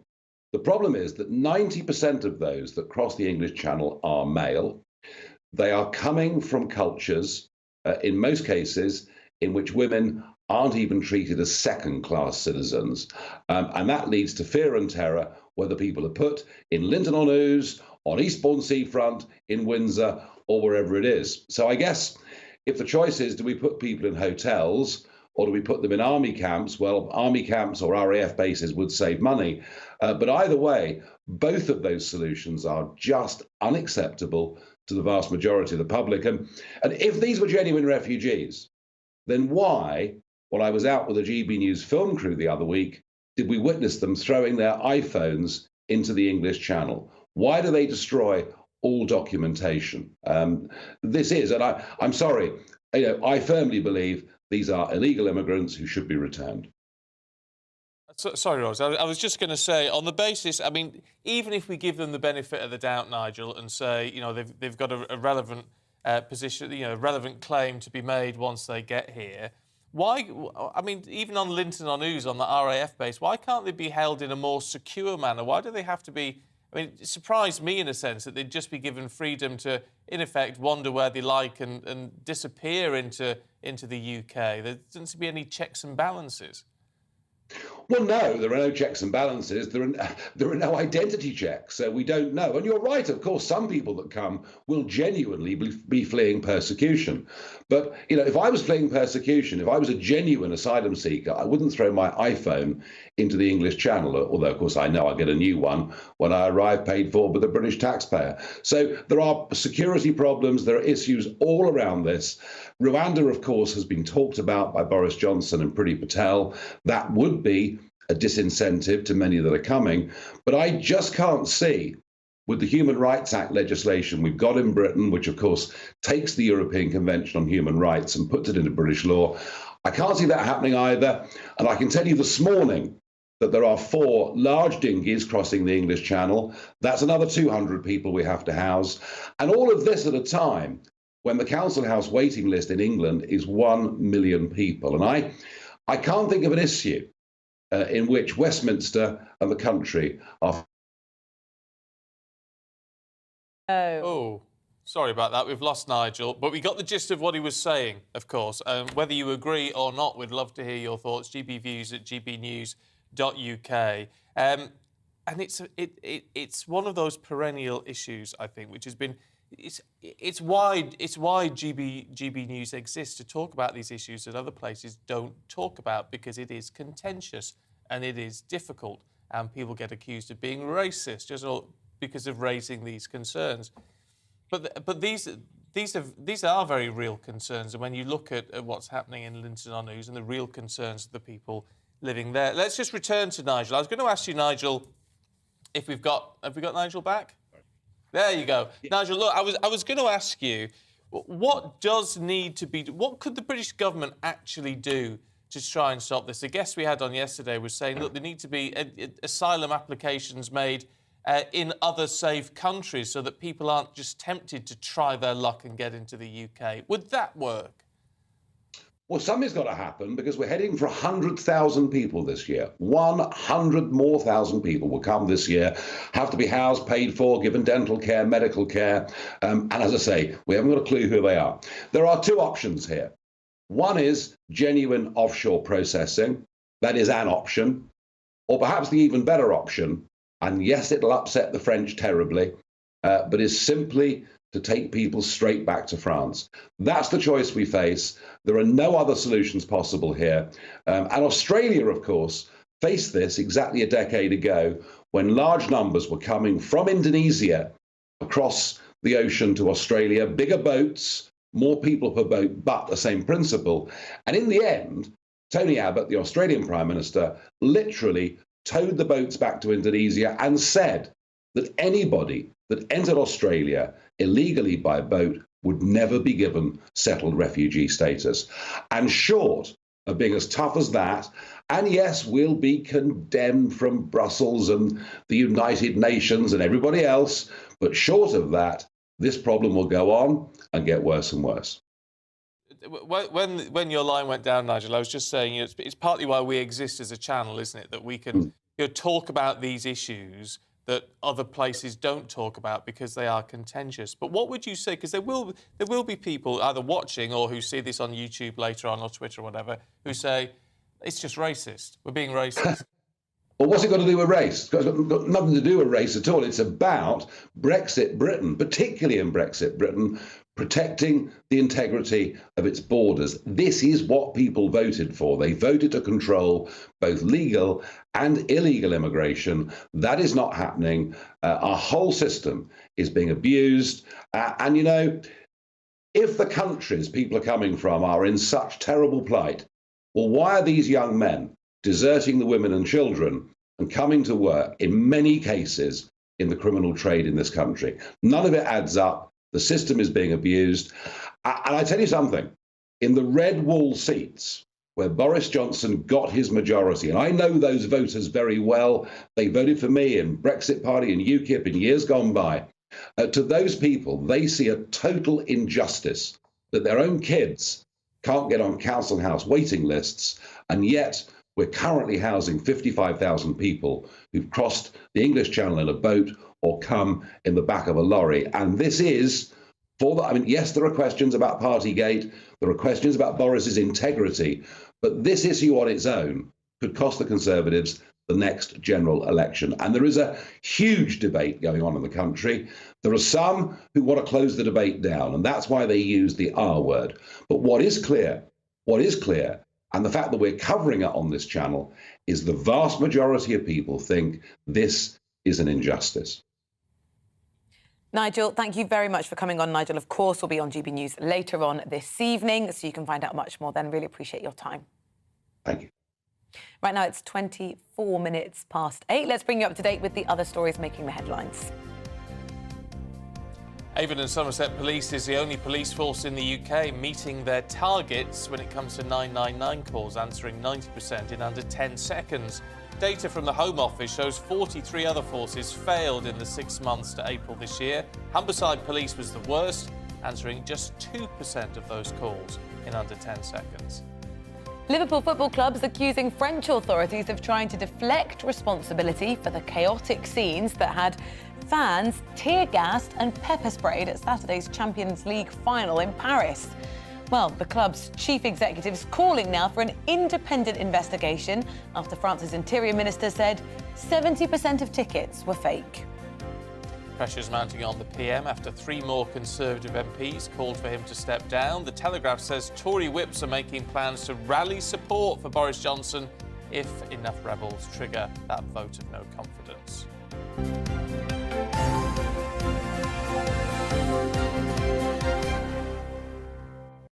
Well, a little bit more about what's happening at number 10 Downing Street, or what isn't.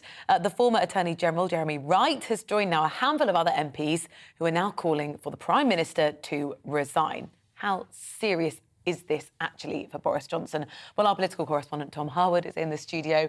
I put that question direct to you. Is Boris Johnson worried this morning? I think that looking at things this week, it's got a little bit more difficult for the Prime Minister compared to last week. And we've spoken before about how this saga of Partygate has had so many ups and downs. It's been a rollercoaster. Sometimes the PM's felt safer. A very long rollercoaster. Sometimes he hasn't. And it's been over the course of half a year now, which is extraordinary. But yes, it does seem to be that the 54 names needed to write a letter to Sir Graham Brady, we are inching towards that in terms of public declaration. Now, this process is famously secretive.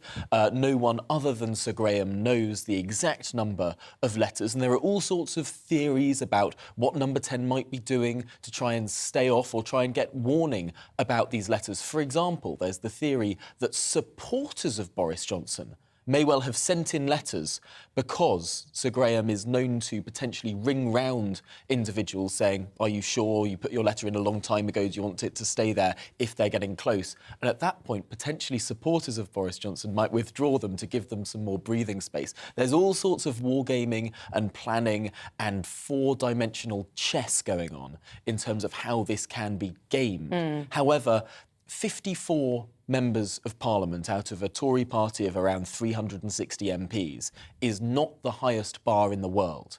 And let's remember what happens if that number is reached. I was going to say, because that isn't the end for the PM, is it? Exactly. That is something that triggers a contest, a no-confidence vote. And you'll remember back in December 2018, this happened to Theresa May. And there were the letters that went in. There was the confidence vote, just a simple yes, no, in Theresa May. And she won that vote. And it wasn't for many, many more months that actually she ended up resigning after the European elections. So this process is a long one.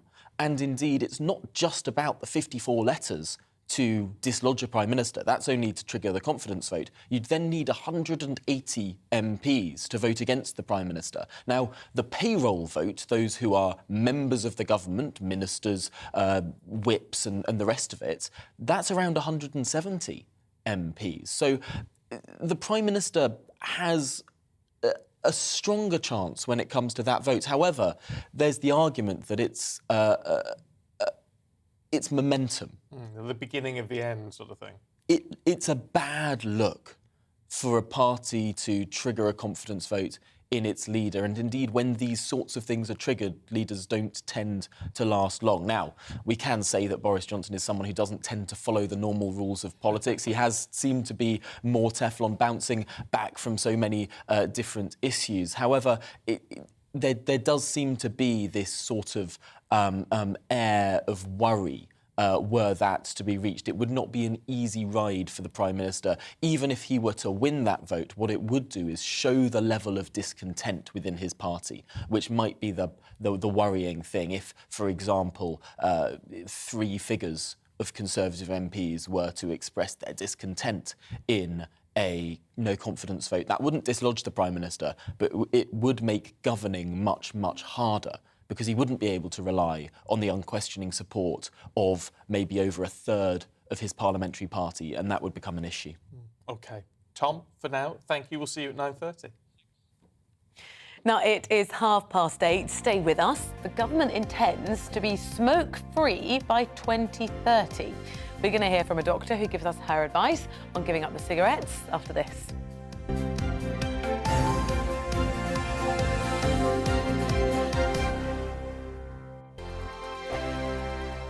We are GB News. We're right across this great nation. On TV. On radio. On digital. Absolutely everywhere. We don't talk down to you. We embrace all voices. With honest and civilised conversation. We're not part of the establishment. We're one of you. And we're only getting started. Join us on GB News, The People's Channel. Britain's news channel. Every morning from 6 o'clock, we'll wake you up with GB News Breakfast with all the stories you didn't know from the night before. So whether it's serious news, entertainment, or your own views from all over our great nation, we're here to kick off your day with a smile. The national media should be reflecting and reporting what's happening here. You will notice the northwestern accents. Whether you're with us on TV, radio, or online, every morning, it's breakfast from 6 a.m. Hope you can join us. Join us for Ministry of Offence, the comedy panel show that's just like the news, in that the left fights the right and it doesn't really seem to matter who wins. We cover the big stories. It was in fact a troop of baboons and not angry vegans. I like that. And the really important stories. Fat naked cow gets stuck in swimming pool. It's a headline in a lot of local newspapers. Yeah. We're on the same team, Nick.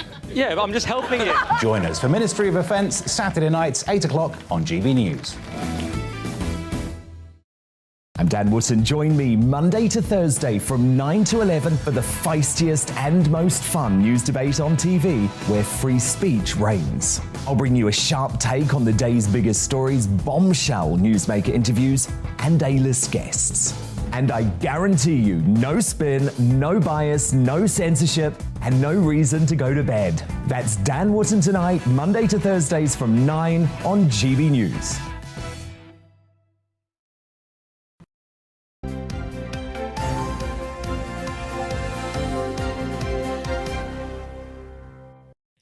"8:32 morning to you. This is Breakfast with Stephen and Rosie. We're live across the UK, on your television, on your radio. And online, of course. But if you're on YouTube, don't forget to subscribe, then you get all the little notices and all the rest of it. Still to come on the programme, he's the voice behind the Happy Mondays and Black Grape. At 8:45, Sean Ryder, the legendary Sean Ryder, tells us where you can catch him twisting his melons, man. His live performances this summer. Is that a cultural reference you get? No. I think you could have said it with a bit more gusto, you know. You're twisting my melons, man. That was much better. Also coming up in the next hour, the countdown is on for the Jubilee celebrations. Now, as Harry and Meghan prepare to touch down whilst Princess Eugenie jets off, we're going to get all the latest royal news from author and broadcaster Katie Nichols just after 9 o'clock, so that's in half an hour. And remember, of course, we want to hear from you throughout the programme. Email us gbviews@gbnews.uk. You can tweet us at gbnews.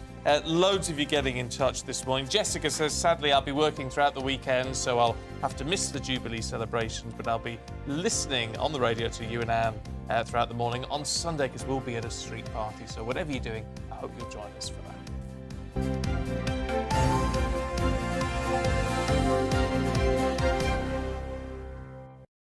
Now, I'm sure you didn't know this, but today marks World No Tobacco Day, where the World Health Organization are encouraging governments to work towards stricter regulations over smoking. The Health Secretary is expected to publish a report on the tobacco industry as part of ministers' ambitions to make the UK smoke-free by just 2030.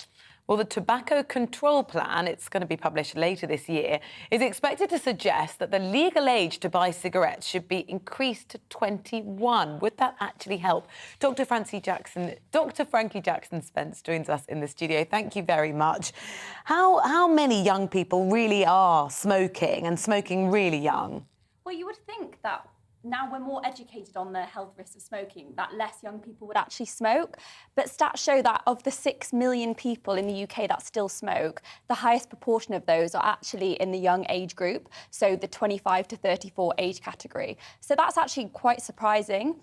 And since the first COVID lockdown, 25% increase in the number of 18 to 30s who took up smoking. So young people are still smoking, unfortunately. I mean, the bottom line is with this, I can understand it. I used to smoke. I can totally get it. that at that age you just feel invincible. Yes, there are health risks, but it's down the line. It's something you think about later. Yeah, I think that people really do need to be clued up on the health risks. You know, the list is actually endless. Smoking increases your risk of over 50 different health conditions. And people think that it's just lung cancer. So smoking causes over 70% of lung cancers. And that's the one that people are afraid of, but they think it's going to happen later in life. So you're right, young people don't worry about it so much. But actually, smoking increases your risk of many other conditions. If you smoke 20 a day, you're 5 times more likely to have a heart attack, 6 times more likely to have a stroke. It's not just heart disease and cancer as well. Smoking can impact your fertility, your ability to carry a pregnancy to term. So it is something that young people should be aware of. It's very bad for the skin. It is very bad for the skin. It can increase skin ageing and make you look much older than your years. It has really fallen out of fashion, though, hasn't it? You know, long gone are the days where you can't even remember that you'd go into a restaurant and you'd request smoking or non-smoking. That must have done real benefits for our public health as a whole. So the trend in smoking rates has declined since all of these initiatives, you know, particularly since smoking was banned inside in restaurants. But since the COVID lockdown restrictions and everything, smoking rates did slowly incline again. So I hope Why do you think that is? I think people were at home more and turned to comforts a lot in times of anxiety. You know, smoking can be a habit that relieves a lot of people's anxiety and is a comfort to them. Same with alcohol. So I think that people did turn to some unhealthy behaviours during those stressful times. What about vaping? Because what I find very confusing about the whole vaping thing is now that in places where you can't smoke, they lump vaping in with that, so you can't smoke or vape. So people tend to think that they're in effect the same thing. Vaping is a lot healthier, isn't it? So vaping is significantly healthier than smoking, but it's not risk-free. So while smoking contains about 5,000 harmful chemicals, the most dangerous being tar and carbon monoxide, vapes still contain some harmful chemicals, but not those most dangerous too. So whilst I think that vaping and e-cigarettes are a useful stepping stone to stopping smoking entirely, and you are more likely to quit, twice as more likely to quit if you use a vape than going cold turkey, it's not risk-free. So I wouldn't encourage a non-smoker to take up vaping. How would you encourage the person watching at home or listening this morning who just says, I've tried to quit, I've tried and I just can't? So I would definitely recommend actually getting support. Stats show that people who reach out to their doctor and use the NHS smoking cessation services are twice as likely to remain smoke-free. So definitely reach out for support. Tell people around you what you're trying to do. So it helps take you out of the environment where you may be more likely to smoke. And I think habits are a really interesting kind of psychological phenomenon, and actually replacing the habit of smoking with something else can increase your likelihood of quitting. I think also nicotine is one of the addictive chemicals in cigarette smoke. So replacing that with things like nicotine replacement patches or gums can also help you be successful with quitting because it helps reduce the withdrawal symptoms. So reach out for support. There's a lot available there. Yeah, it's a very, very hard thing to do. Dr. Frankie, thank you very much indeed. And I think one of the key things is if you give up smoking and then you have a cigarette, don't think, oh, that's it, I've blown it. Yeah. I've blown it. You still get back on the wagon. I always think it's if you spill a thing, you know, a bit of ketchup on your T-shirt, you wouldn't pour the whole bottle. Yeah. So Yeah. think of it that way. Yeah, but it's so hard to do. So stick with it. You do feel better for it, I can tell you that. Don't go anywhere. We've got the papers heading away in just a couple of minutes. Nikki Hodgson and David Wooding will be back in the hot seats straight after this.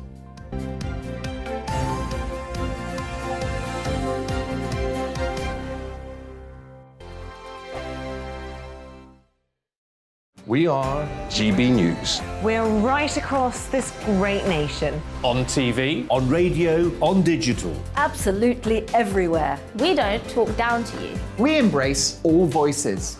With honest and civilised conversation. We're not part of the establishment. We're one of you. And we're only getting started. Join us on GB News, The People's Channel. Britain's news channel.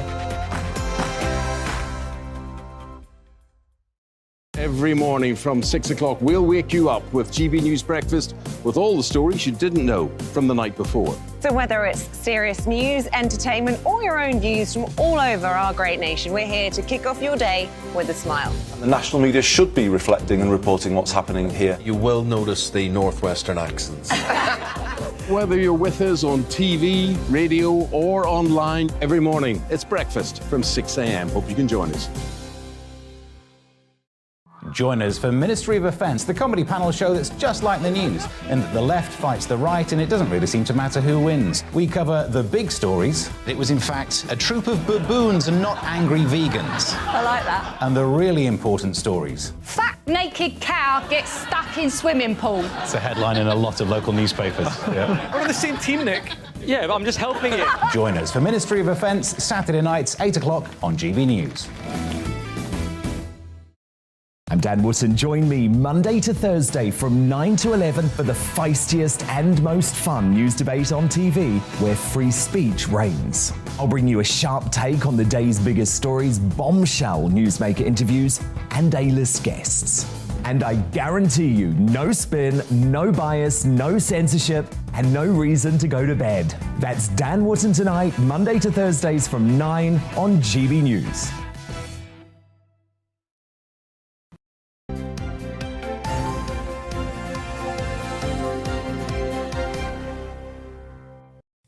It's 19 minutes to 9. Welcome back to breakfast.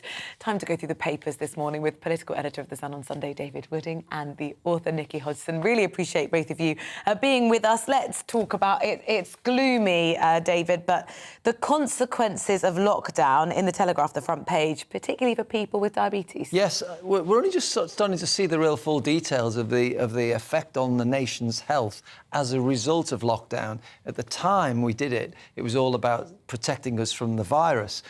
People did say, you know, what are people not going into hospital with cancer checks and other things. This story in the Telegraph has emerged that 3,000 diabetics may have died because of lockdown. This is all down to the fact that diabetics have to have an annual check assessment on their position, but lots of them didn't. In fact, only 26.5% of patients received their full checks, 1 in 4. That meant 3 out of 4 people who were diabetics did not have that vital test. And of course, that makes the prospect of dying from your condition 2/3 higher if you don't have that annual check. So again, I'm sure other things will emerge. Asthmatics and people with all sorts of conditions as time goes on. Yeah. Well, I'm type 1 diabetic, and I have to say, the checks are crucial. They check all your blood works, kidney function, liver function. You check your eyes, a whole shebang. It's a massive sort of process you go through. And there was nothing for 2 years over lockdown. Not a thing. Couldn't do it. Well, some people had it the year before, and then, of course, they miss a whole year or possibly 2 years. It's a long gap when you should have it monitored. It is a long gap, yeah. Oh, it's worrying, that. I had no idea. Nikki, let's have a look at The Sun, should we? And good old Arthur Edwards, the royal photographer, who we always listen, we like listening to Arthur. He's saying, do not rain, Harry and Meghan, do not rain on the Queen's parade. I mean, it's quite funny that Arthur's got 2 pages to say it's all about the Queen, which he's kind of made it a little bit about him and his photographs that he's taken over the years. But fair enough, he's had a brilliant career taking iconic images. Yeah, so he's just kind of hammering home the point that he doesn't really want the Sussexes to, make it about them. I suppose the issue is, do they have a choice in the matter? Because the tabloids will surely want those pictures of them maybe looking a bit disdainful, anything that captures a sense of tension between them and the rest of the royals.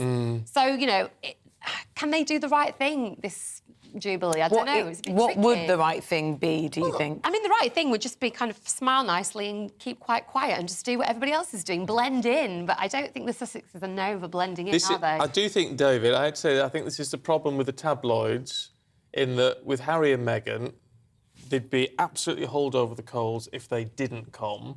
They're being hauled over the coals because they are coming. You want a scandal whatever which way, don't you? Yeah, I mean, there's another story about them that Meghan has had her US makeup artist flown in, ready to make her looking her best. So, I mean, it is a problem for them. They have to be there. What they've got to do is get the balance right and melt into the background when necessary and just be there to pay respect to the Queen. Do you think we, the tabloids, the media, have got the balance right on how we've covered their story? Well, they would say no, because this is always the difficulty covering celebrities and royals. But what do you think? I think probably about right. We try to reflect both sides of the stories if we can. I mean, people give us stories, people tell us things, and they try to put their side out, and we try to do what we can. People have formed their own views of Meghan and Harry, and they'll either like or not like what they read, depending on which side of the debate. Do you know what? I just find it so sad because of Harry, really, who was. Yeah, he was almost the nation's sweetheart in a way. Everyone loved Harry. He was a bit edgy, a bit naughty, and he's just got his. The opinion of him in the British public has just gone absolutely down the pan, and I find that so sad that he's allowed that to happen. But also, just from a family perspective, this is a family that is kind of at daggers with each other. It's horrible. We've all had a situation in a family where somebody has fallen out with somebody else, and it makes every social event, everything that's meant to be joyous, there's always this edge to it, because you're worrying about whether they're going to have an argument or someone's going to blow up at a wedding or a christening. So from the family perspective, I think it's sad that, that this has come to pass. But, if the Queen has reached out to them, then maybe this is the beginning of a better chapter in the royal family, and the royals all getting on with each other. So let's hope so. They were given a fair wind, of course. I mean, the nation loved Meghan when she first came here, and the papers. But then the papers went for it, didn't they? Well, the papers gave it really good coverage. I think there was an issue with her father, who then started giving stories as a result of the way he was and Piers treated. Morgan. Yeah. What's about Tamagotchi kids, David, in the Daily Star? I haven't heard of Tamagotchis for donkeys. Well, Tamagotchis, yeah, these are these little pets that you had, little animals, weren't they? And you fed them every day. They were like weird blobs. You didn't see them, and then they died very quickly. They died quickly, yes. Well, apparently, by the year 2070, we'll have these digi-babies, and it'll cost us £20 a month. Now, it'll be far more advanced than a Tamagotchi. Sorry, what? Digi-baby. Digi-babies. What's that? So what will happen is that it'll solve the overpopulation crisis. You'll pay £20 a month, and you'll have effectively a sort of virtual metaverse child, which you can then feed and put to bed at the push of a button, and it will, because of the growth in the internet and the way we see things, it won't be like a little Tamagotchi. It will be a separate universe of children who are not real. And they reckon... Who's proposing this idea? This is an artificial intelligence expert and a former government advisor called Catriona Campbell. And she says, virtual children may now seem like a giant leap from where we are now, but within 50 years, technology will advance to such an extent that babies which exist in the metaverse are indistinct from those in the real world. As the metaverse evolves, I can see virtual children becoming accepted and fully embraced parts of society. Don't be daft. Well, we did. If somebody had said to us 50 years ago, we'll all be talking to each other on the internet and we'll have this little handheld computer. I married somebody I met on a dating app. Yeah, I do take your point. I mean, I'm sure it will come to pass. But I think if you say to any parent now, somebody says, my metaverse baby was crying at 5 in the morning. I couldn't get a good night's sleep. Any parent with a real child is going to say, you don't know what you're talking about. So, it's a bit rich. It's not going to be the same experience by any stretch of the imagination. No, you wouldn't think so. Can we talk... Delivery would be all right. That's the best bit, yeah. Can we talk very quickly, right now in the Metro, Top Gun Revival has a smash opening weekend. Have you seen it, and was it worth going? Oh, my gosh, I haven't seen the Top Gun Revival because I haven't seen the first Top Gun. Right, yeah, that's tricky. I don't know how I've managed to get this far in life, but now because I haven't seen it, it's kind of a game, so if it comes on TV, I turn it off. But what am I going to do? Die not having seen Top Gun? I probably need to see them both back to back, don't I? Probably. Yeah. I mean, Top Gun's a classic. I haven't seen the new one yet, but I'm going to have to go and see it. But yeah, it's good because apparently it took $151 million in the first weekend, the opening weekend. So Tom Cruise is a happy and rich man. I bet he is. And cinemas are happy too as well, of course, which is good news. Yeah, it is. Look, Nikki, David, thank you both very much indeed. It's been great to see you this morning.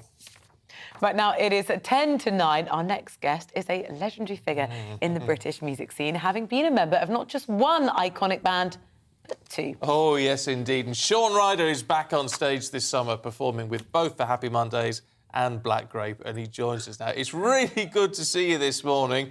How is life, Sean? It's been a long time since me and you have chatted. How's life treating you? Steve-O, you twisting my melon, man. You know, you talk so it, man. Yay! Got the cops. Love it. Yeah, I'm good, thank. I'm great. How are you? How are you, Rosie? Yeah, we're both good. Yeah. We're both good. Rosie's not used to such a manky accent. That's the thing, isn't it? It's not used to. It's not a northerner like me and you. Because you're Australia gay. Look, what's it going to be like getting back out on tour? Well, I mean, it's great. I mean, we were sort of down during COVID, you know, but since COVID's finished, we're back out there. I mean, because we've got all the festivals, so I'm doing Black Grape and the Mondays with all the festivals. I just forget which one I'm doing now. When I get there, I don't know if I'm doing a Monday show or a Black Grape show until I see Bez. So, yeah. Sounds like you need a good diary. How are preparations going then? Yeah, we're good. It's great. Yeah, it's better than ever, you know. I enjoy it more now than back in the day. You know, now we're all compes mente and, you know, older and wiser. It's a lot better. Yeah, but yeah, I mean, it's nice if you probably remember more of it now, which is good. I'll tell you what, though, is there something I would, particularly with the Mondays, because I remember I was Steve, you know, an accent's coming out. I know it's because I've got you on. It's because I've got you on. But with the Mondays, I remember that was like at school and sixth form when all that was out, and it was quite a happy time, wasn't it? The country seemed to be in a pretty good place. Do you think it's? I mean, that's what we need now, isn't it? Well, we always need to be in a good place. Yeah, you know, I mean, yeah, we're in a bit of a bad place at the moment. I mean, you know. But we'll get back there. I'm an optimist. So, yeah. It might not be totally across who you're performing with at what point, but I've been reliably informed you're performing with Black Grape this weekend in Cornwall for the Jubilee. Yeah. Do you know what the plans are? Yeah. Well, the plan is we've all got to wear paper hats, paper crowns. So, and then, you know, hopefully when everyone's got the paper crowns on their heads, someone can go and set everyone's on fire. That would look really good from the stage. I'm not sure about that. Apparently you're trying to actually get a record of how many paper crowns can be worn at one event. Yeah, that's what I've heard, yes. So I will be wearing mine. I'm going to have to, I don't know where I'm going to get it from. I might make one myself out of a newspaper or something. Yeah, and to be very clear, we do not suggest setting anything on fire. There'll be lots of hairstyles. No, don't do that. That was just my wickedly daft sense of humour. Aye, quite right too. I know we get into a lot of trouble for that, Sean. Are you? I mean, I know this is like a Jubilee event that you're going to be performing at, but are you a royalist?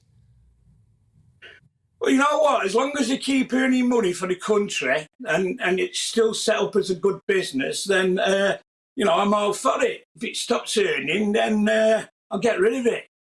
Yeah, well, I mean, I say what, the Queen, I mean, you've been around in this business a long time. The Queen's been doing her job for a very long time. I mean, it's remarkable, isn't it? Yeah. I mean, she's been there all my life, you know. Since I was born, as long as I can remember, which some days isn't that long. But, yeah, you know, I love the Queen. Good. That's good to know. Look, I've got to say, because we're a couple of Northerners, Sean, for those who've never been to Manchester, Greater Manchester, Salford, all those sort of areas, give us a clue. What is the best place about being based up there and that good northwestern spirit? It's a lot cheaper than London. Perfect. That's amazing. It is the main thing. And look, it's really good to talk to you this morning. Sean Ryder, thank you very much indeed. Good luck with the gigs. Yeah, and have a happy performance on Sunday. Thanks. Oh, God, give us that line give us that line one more time. Well, you're twisting my melon, man. You talk so it. Call the cops. That's the one. That's the one. Love it. Never gets old. Sean, thanks very much indeed. God, what a ride. I mean, it's remarkable talking to Sean because they were the singles I was buying when I was young. And that was such a key line. When you're in the clubs and all the rest of it and all that came on, amazing. And then you're talking to the man himself. Phenomenal. And we really are getting into sort of Jubilee spirit. Lots of you telling us how you're going to be spending it. Martin, very good morning, says, can't wait for the Jubilee. My family are putting on a massive street party on the Sunday in Hartlepool. We're all so excited. Interestingly, if you look at where everyone's applied to have their roads closed to the council, Friday is going to be the biggest day for partying. Is it? Most of the roads that are going to be closed are going to be closed on Friday. Because it then gives you all weekend to recover. That's true. That's true. Nancy, morning to you, Nancy. My son has his birthday on Saturday, so we don't want the Jubilee to overshadow it. Fair point. So we're going to go go-karting and hope to get back before the party begins. I'm sure you will. Well, and to Alice, because earlier we were talking about how you could have a Jubilee celebration that didn't waste too much food. But Alice has said, I've tried to perfect my sausage roll recipe. I wonder how many attempts that's been. But I still don't think my vegan filler tastes like actual food yet. Lol. I think... I don't know how you'd even make that. I don't know. What you do is buy a vegan or vegetarian sausage and wrap it in your own pastry. Do you know, Cheat, basically. I did a dinner party the other day, my birthday, and it was all at home, and I ordered in the main course. Oh, yeah. But then I put it into homemade bowls. Did you? It look like it was homemade. You're not admitting that on television and radio now. Yeah, well, that's OK. I think actually everyone thought it was really nice. It was a lovely lamb tagine. Yeah. Not cooked by me, but that's OK. There you go. Made it all the tastier, probably. I don't know. Look, don't go anywhere. We've got all the headlines and all the latest Raw news coming up in just a moment. Good morning, I'm Alex Deakin with your latest weather updates. Today is another day of dodging the downpours. Yes, a bit of sunshine here and there, but most of us also seeing some fairly heavy showers. High pressure is nearby, but low pressure is dominating, sitting right over the country. Not many isobars on the chart, which means the winds are light, which means the showers are slow moving, so some places getting a real soaking today. Hit and miss this morning, but as we go through the morning, well, those showers breaking out pretty much everywhere. They'll be heavy with the risk of thunder, particularly over the Midlands and eastern England this afternoon. Turning quite cloudy across Northern Ireland, not many sunny spells here, but for South Wales, the west coast of Wales, southwest England, I don't think there'll be too many showers this afternoon here. Good chance of some lengthy spells of sunshine. And here probably the top temperature 17, 18. For most of us, though, it's another pretty cool day, and temperatures will drop off when the showers come along. And as I said, when they come along, they don't shift away too quickly because the winds are fairly light. They'll tend to fade in eastern areas, the showers this evening, but then more rain coming in from Northern Ireland, spreading into Wales and western parts of England during the night. Again, with some clearer skies, it'll turn a little chilly, temperatures well down into single figures, certainly in rural areas.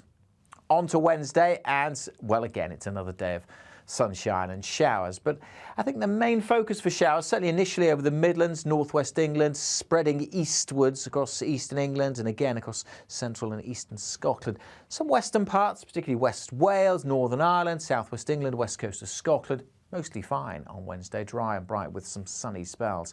And again in the east, the showers will be heavy, and again temperatures will be suppressed when the showers come along. 15, 16 at best, but with some sunny spells, 18, 19 degrees in the southwest. The showers are fading, and for the long weekend, actually things are turning drier for most of us with some sunny spells and feeling a bit warmer too.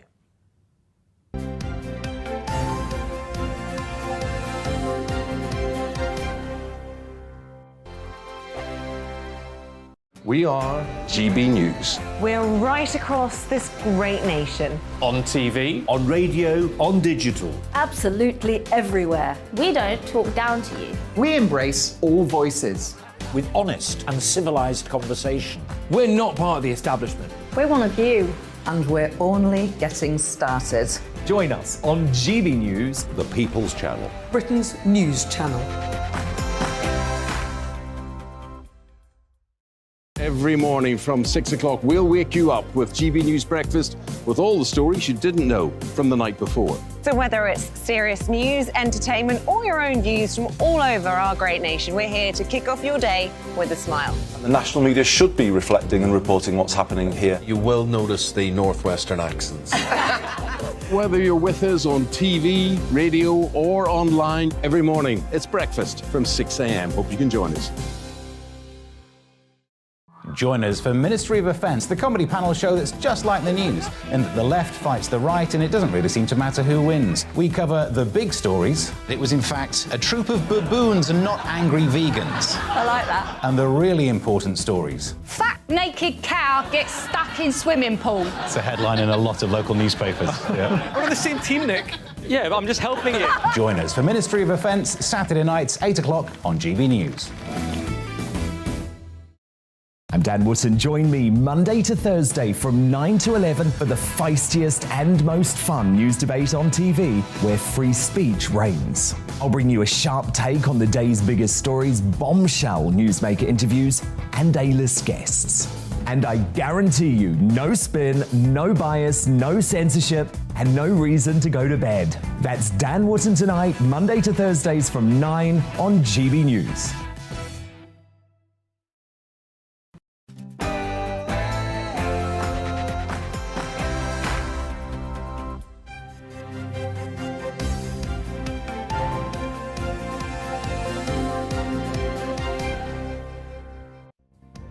Ministers face increased pressure to act as the price of fuel reaches a record high.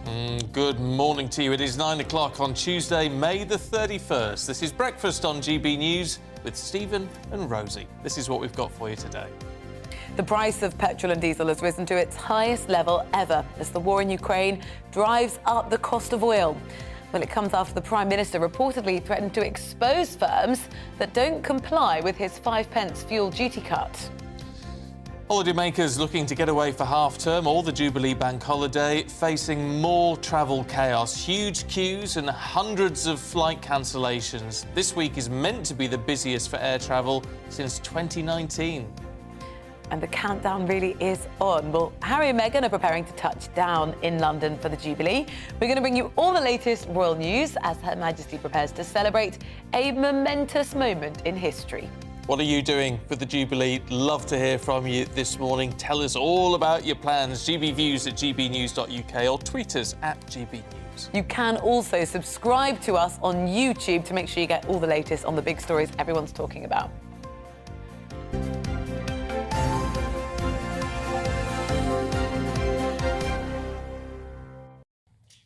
So we're counting down to the Queen's Platinum Jubilee. We've been doing so on the programme all morning. And can you believe it? That it is this... I mean, it is really a moment in history that we're counting down to. It cannot be underestimated. So let's see what Vanity Fair's royal editor and author Katie Nicholl makes of it all. She's here in the studio. It is really good to see you. Good morning. This is... a busy week. I'll tell you what, this does feel very special. I think it's incredibly historic. I mean, I was very lucky to cover the Diamond Jubilee back in 2012.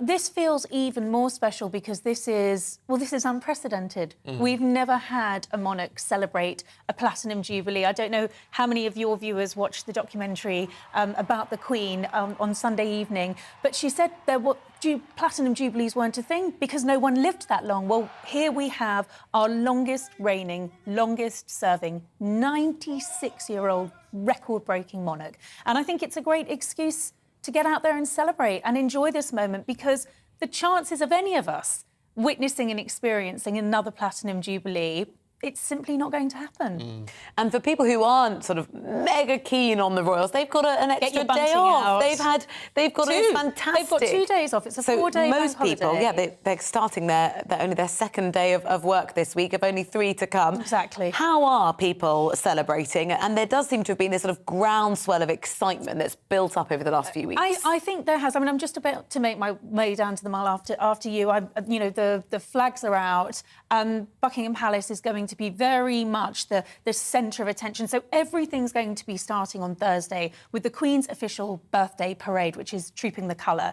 And from then on, it's really just countdown to the final day, which is that big pageant that will go through the streets of London, the likes of which no one has ever seen. You've got a service of Thanksgiving sandwiched in there, a party at the Palace on the Saturday night, the Epsom Derby, and I think it's going to be a very, very special occasion. Now, whether you choose to go down to town to Buckingham Palace to celebrate and be a part of it, You don't necessarily have to do that. You know, it's going to be all over your televisions. And there's going to be this big lunch initiative, which was a huge success during the Diamond Jubilee celebrations. And people will be lunching up and down the country. And the royals are out travelling. We heard yesterday from Buckingham Palace that we're going to see the royals travel to all corners of the United Kingdom. This is not a London-centric celebration. This is about the United Kingdom and everybody being able to celebrate. It's interesting because it is in some respects a celebration of the country in a way and how we perceive ourselves through our head of state.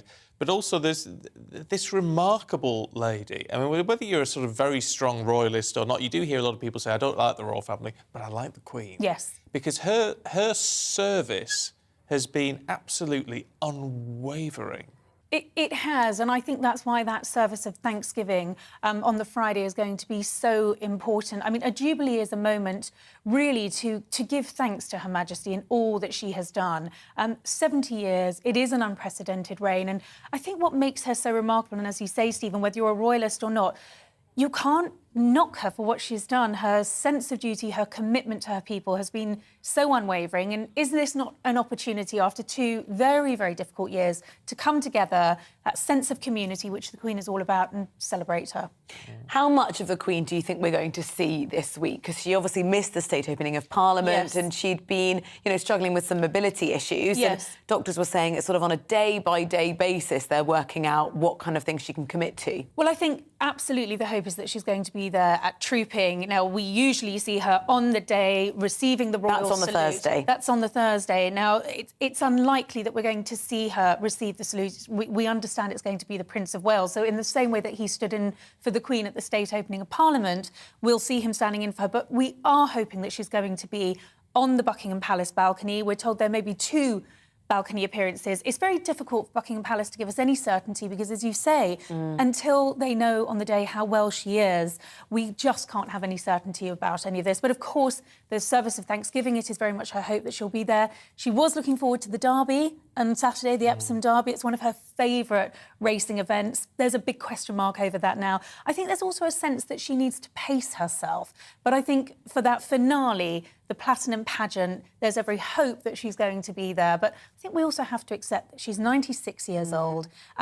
We will see her, but we're not going to see her as much as we did at the last Diamond, I'm so sorry. What about the grandchildren in all of this? Because we've got Harry flying in. Yes. We've got Eugenie flying out. Yes. Well, Eugenie will be here for the celebrations, but we've learned today that she's going to be dividing her time in future between Portugal, where her lovely husband, Jack Brooks-Monk's landed a swish new job. She's going to be dividing her time between Portugal and England, but she will be there over those celebrations. Harry and Meghan, as you said in your intro, they are going to be jetting over from LA. And, of course, big question marks over how much of a profile the Sussexes are going to have. Are we going to see a lot of them? Is there a risk that they're going to overshadow the celebrations and the Queen? I think the hope is very much not. We're told they're coming back with a scaled-back entourage. But don't forget, this is going to be the first time that the Queen will have met her great-granddaughter, Lilibet. She hasn't seen Archie for a couple of years. So not going to the Epsom Derby does give her a little bit of free time in Windsor on the Saturday,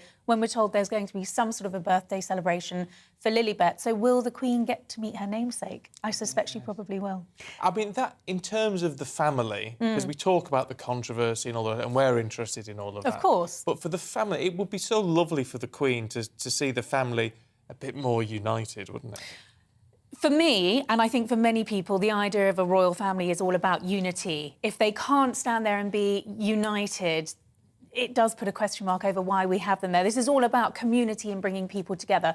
I think the Queen's message is clear. Whatever the situation, whatever the rifts, whatever family dynamics have been at play, we're going to put all of this aside. We're going to be together for this Jubilee celebration, and that's why the Sussexes are a part of it. But I think there was diplomacy in not allowing them up on the Buckingham Palace balcony. That is reserved for working members of the royal family, and rightly so. If you could just give any advice to Harry and Meghan, what would it be? How do they manage this? Because we were just talking about half an hour ago, it's sort of whatever they do, they're going to get criticised, aren't they? Keep it humble, keep it low profile, and remember, this is about HMQ. Yeah. Oh, that's nice. I really like that. Yeah, that is very nice. Look, we've got to leave it there, I hate to say. Thank you very much. We're catching up with you over the weekend. Yes, We're dragging you back in. I very much hope to be able to join you and come and contribute to what I know will be your wonderful royal commentary over that special weekend. It will. We'll see you down at the Palace, hopefully on Thursday as well. Katie, thank you very so much much indeed. Well, during her reign, the Queen has officially visited Canada more than any other country. And on Thursday, a Platinum Jubilee beacon is going to be lit in each capital city of the Commonwealth. Yeah, now, ahead of the celebrations, a group of senior Canadian citizens shared their memories of Queen Elizabeth with our royal reporter, Cameron Walker. How that woman spent 70 years biting her tongue. It gives us some stability. For someone to be in that capacity for that long and keep a smile on her face, it's amazing. And she's dedicated herself, which she said she was going to do. Queen Elizabeth II has reigned as head of state and head of the Commonwealth for over 70 years. There aren't many people in Britain who've known another monarch. The same can be said for Canada, a country she also reigns as Queen and has visited more than any other. Nancy remembers the day the Queen's father, King George VI, died in February 1952. My mother told me he had died, and my first class of the day was music class. And every day when we began music class, the teacher would play God Save the King. And we all said, God Save the King, because that's what we were used to. And he stopped, and he said, now it's the Queen, so let's start from the beginning. Shirley is exactly the same age as the Queen. At 96, she remembers a young Princess Elizabeth in the Second World War. She was inspiring. She was. Here's this young 16, 17, 18-year-old doing what she did, fixing tanks, and we all followed her life along. As onto the famous balcony came the bride and bridegroom. Elizabeth married Philip in 1947. Shirley remembers the royal couple on their tours to Canada. I practiced my curtsy for months and months because I didn't want to fall on my face in front of her. And then my daughter, when they came back, I said, well, what does she look like? What was she wearing? You know, oh, yeah, she was fine. But Philip, what a guy. The Queen's coronation was viewed by an estimated 277 million people across the world. Never before had a Queen of Canada been crowned. But how did Canadians watch the ceremony? At the time, we didn't have television. A friend of ours was charged with bringing the film from the coronation over to Canada immediately, right after the coronation. The film was loaded into his plane and he brought it back. Roger was born in Croydon in South London before emigrating to Canada. He shares his memories of Coronation Day. Thousands and thousands of people lining the streets. Did I see the Queen in the carriage? No. Too small. Jill grew up close to where the Queen stayed in Canada's capital, Ottawa. She stood on the streets to welcome royal visitors. It was pomp and pageantry down in the neighborhood. My Union Jacks and my Canada flag wave when any of the royals would come. I asked the group how important the monarchy and the Commonwealth is to Canadians. Canada is a country of immigrants. And an awful lot of people came from non-Commonwealth countries. And so they just they don't understand the pomp and ceremony. A lot of Canadians don't understand what working royals mean. They just see when they're dressed in their fancy attires and stuff. I'm inclined to see the Queen and the royals sort of fade out. We're very proud of her. We should be, you know, because she's sacrificed, literally, her life. On Thursday, a Platinum Jubilee beacon will be lit in Ottawa, one of 3,000 across the world, commemorating Her Majesty's 70 years of service. Cameron Walker, GB News.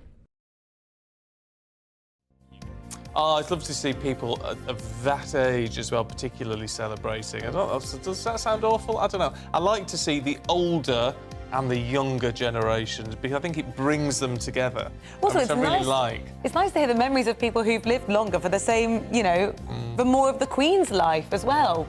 Yeah. I have to say, I haven't done a curtsy since I was about 8 in ballet, but yes, I've definitely been shown up. You need to practice. You know, you might bump into this one next week. Who knows? Well, right now it is coming up to 14 minutes past 9. Let's bring you up to date with what else is happening today. Well, pressure is mounting on the Prime Minister after 3 more Conservative MPs called for him to step down. The Telegraph says Tory whips are making plans to rally support for Boris Johnson if enough rebels were to trigger a vote of no confidence. Avon and Somerset Police is the only police force in the UK meeting their targets. That's answering 90% of those emergency 999 calls in under 10 seconds. Data released by the Home Office shows 43 other forces failed in the 6 months to April, with Humberside Police the worst, answering just 2% of calls in that time frame. Liverpool Football Club is accusing French authorities of trying to deflect responsibility for the chaotic scenes that saw fans tear-gassed and pepper-sprayed at Saturday's Champions League final in Paris. The club's chief executive, Billy Hogan, is calling for an independent investigation after the French Interior Minister claimed that 70% of tickets were fake.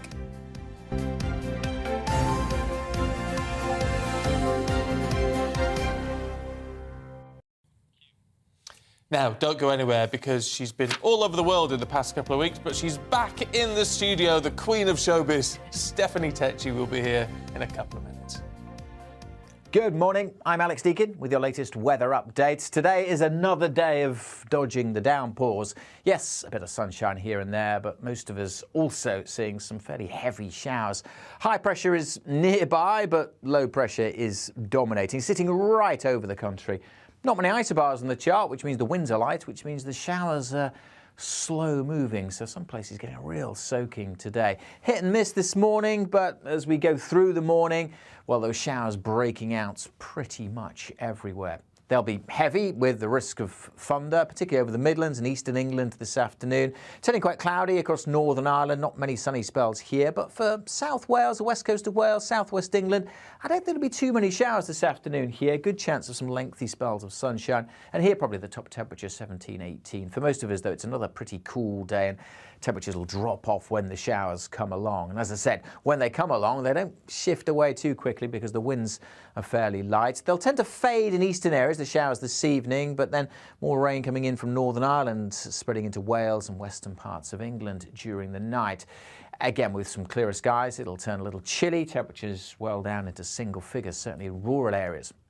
On to Wednesday, and, well, again, it's another day of sunshine and showers. But I think the main focus for showers, certainly initially over the Midlands, northwest England, spreading eastwards across eastern England and again across central and eastern Scotland. Some western parts, particularly West Wales, Northern Ireland, southwest England, west coast of Scotland, mostly fine on Wednesday, dry and bright with some sunny spells. And again in the east, the showers will be heavy, and again temperatures will be suppressed when the showers come along. 15, 16 at best, but with some sunny spells, 18, 19 degrees in the southwest. The showers are fading, and for the long weekend, actually things are turning drier for most of us with some sunny spells and feeling a bit warmer too.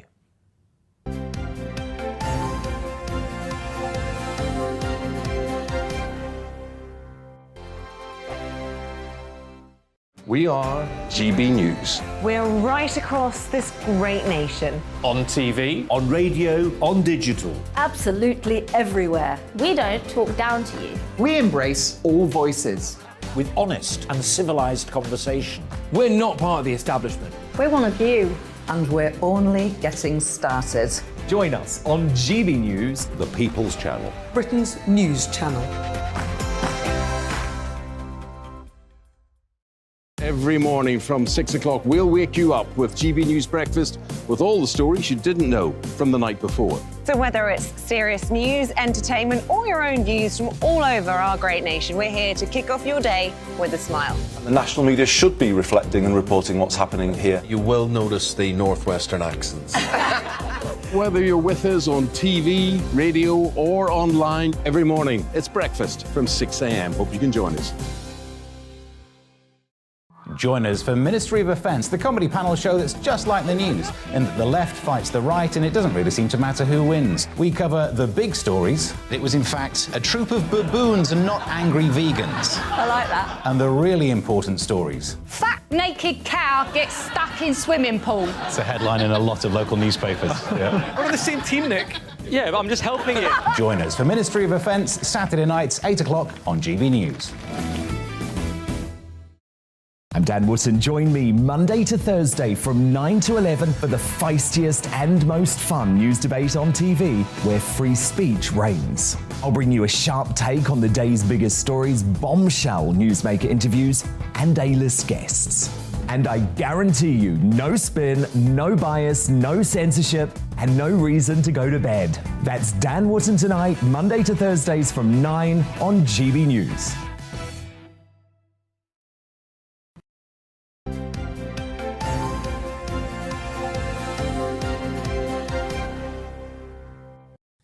(19:09). We are very, very fortunate this morning, Rosie. We are. We are, because Stephanie Tecci, who you know we have on all the time, she's been, if you look at her Instagram, she's been in Cannes at the film festival. Yeah. She's been hanging about with Tom Hanks. She's been to South Africa. Finally, we've managed to drag her back to the studio. I'm finally at home. Home is where the heart is, and that is with GB News. Oh, guys. So we could be asking you about what's on the front page of loads of the papers, which is travel chaos, because you've been in many airports recently. I've been lucky to dodge the travel chaos. Actually, when I was coming back on Sunday, it was quite bad with Ryanair because they delayed my flight by about 2 hours. And it's quite depressing when you're in the airports and you're seeing the scenes of people who've had their flights cancelled, people are sleeping in airports. I'm like, what has happened to this country and with travel? Oh, it's terrible. Mind you, when you were out there... Yes. How was it? How was the safari? The safari in South Africa was amazing. I went to a place called Limpopo. I stayed at the Shambhala Private Reserve, and it was amazing. Very glamorous for safari. I know. One GB news viewer messaged me. He said, called me matron, actually, with my nice thing. I was like, oh, it kind of works.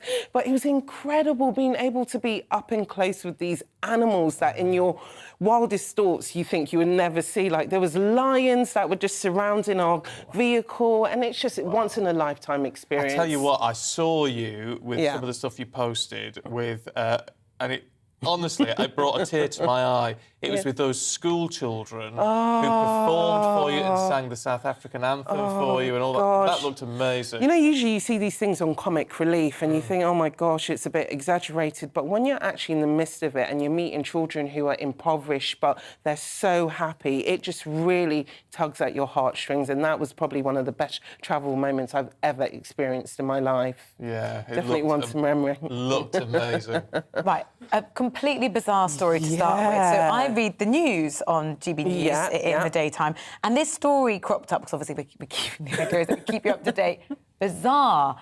Tell us what happened. Someone tries to vandalise? Mona Lisa, who does that? With cake? With cake. Let's eat cake, but let's not use it on the Mona Lisa. So what happened is an eco protester disguised themselves as an old lady. It was a man, he had a wig on, had lipstick. So the Louvre have a policy where they allowed disabled people to get access to the Mona Lisa in front of everyone quite quickly. So because this guy was in a wheelchair, he managed to get right to the front. And as he got to the front, he tried to smash the glass of the Mona Lisa. Luckily, it's protected. He couldn't manage to do that, but instead he hurled cake at it. And standers by heard him saying that, you know, we are damaging the planet. This is why I'm doing this. So what he's tried to do, he's tried to damage one of the world's most greatest artworks just to get an eco message out there about what we're doing to the planet. I mean, crackers. I hope they throw the book in. But I didn't realise it had a glass cover on Yeah, it. it has a glass cover because there was an acid attack on it, I think, about 10 years ago. So since then, they've been trying to protect it. But there's a way to get your message out there. There's no way. The thing is, he's been successful because we're all talking about it now, but... Because it's frustrating when you go and see these pictures and you think, oh, but I can't really get to grips with it because of this screen, but clearly it is necessary. And definitely, and it's quite sad that he's abused, that there's people who are genuinely disabled who would like access to that. So I don't know what the museum's going to be doing in the future, where they're going to be thinking about changing that around. Hopefully not. It's probably ruined it for other people. It's amazing when you see people. I was in the Sistine Chapel on Friday. Yeah. Amazing. Oh, wow. I mean, it's just, it's mind-blowing. Yeah. It really is. But my travels are not as exciting as yours, darling. I'll tell you who else is travelling. Kim Kardashian and Pete Davidson. I know, and everyone's talking about Harry and Meghan, but obviously Kim's come over now to steal a bit of the limelight. So they're in London for their first, official Kim and Pete visit to London. We're not quite sure what they're doing in London, but they've been pictured out and about, which is quite nice. I'm sure Kim's going to be wanting to be in the midst of the Jubilee celebrations. I'm sure we're going to be seeing some Instagram posts with her out and about. So it'd be quite nice. But at the moment, their relationship, it seems to be going from strength to strength. strength. And this is Pete's first appearance since he announced that he's leaving Saturday Night Live. So that is what really put him on the map. But next up for him, he'll be having his own Netflix show that'll be coming out. And apparently he's going to be taking a bit of a leaf out of Kim's book, and he's going to be talking about their relationship. Oh, no. Really? Yeah, he's going to be opening up about their relationship on this. But I'm sure it's going to be in a comedy style, quite funny. I always thought he was quite a nice fella, really. Just there was something about him, because he talked about his dad, he lost his dad in 9/11 and all that sort of thing. And then I thought, oh, he's like a nice fella, but tied up with the Kardashians, I just gives it a bit of a takes the shine off. I just don't know why so many women like him. He's had so many famous girlfriends. I'm like, what is it about he has? And I'm like, what is it about Pete? So I'm actually looking forward to watching this documentary. Just very quickly, Madonna has got a new look. Oh, we've got another one. Madge, I don't know what's going on with Madge at the moment. Describe it to us. So she had on Instagram, she went on Instagram and she has this balaclava on, like a lace balaclava, as you can see right here. And she's puffing on an orange hooker, I think people call it. But people are quite worried, and she had grills in her teeth. And people are like, what is going on with Madge at the moment? I know she's a material girl, and I know she's quite stylish, but she just seems to be in a bit extreme right now. But trying to shock.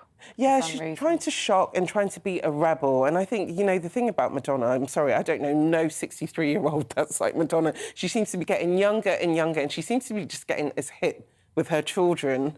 I mean, maybe it's a way forward. Maybe it's empowering. Yeah. And so if that's the case, all power to her. I sort of think, I always work on the premise that you want to grow old gracefully. Yeah. Do you think she's growing old gracefully or disgracefully? Disgracefully. All the Madonna fans are going to be after you, Stephen. They are going to be after me, I know. Well, I don't know. I don't think there's, you know, when you're sort of older and trying to be as hip as the kids. Yeah. I just think it's a bit weird. Wait till she turns 75. Oh, she'll probably do her own Jubilee party. She probably will. Back on with the lycra and all that. I don't know, it's all a bit strange.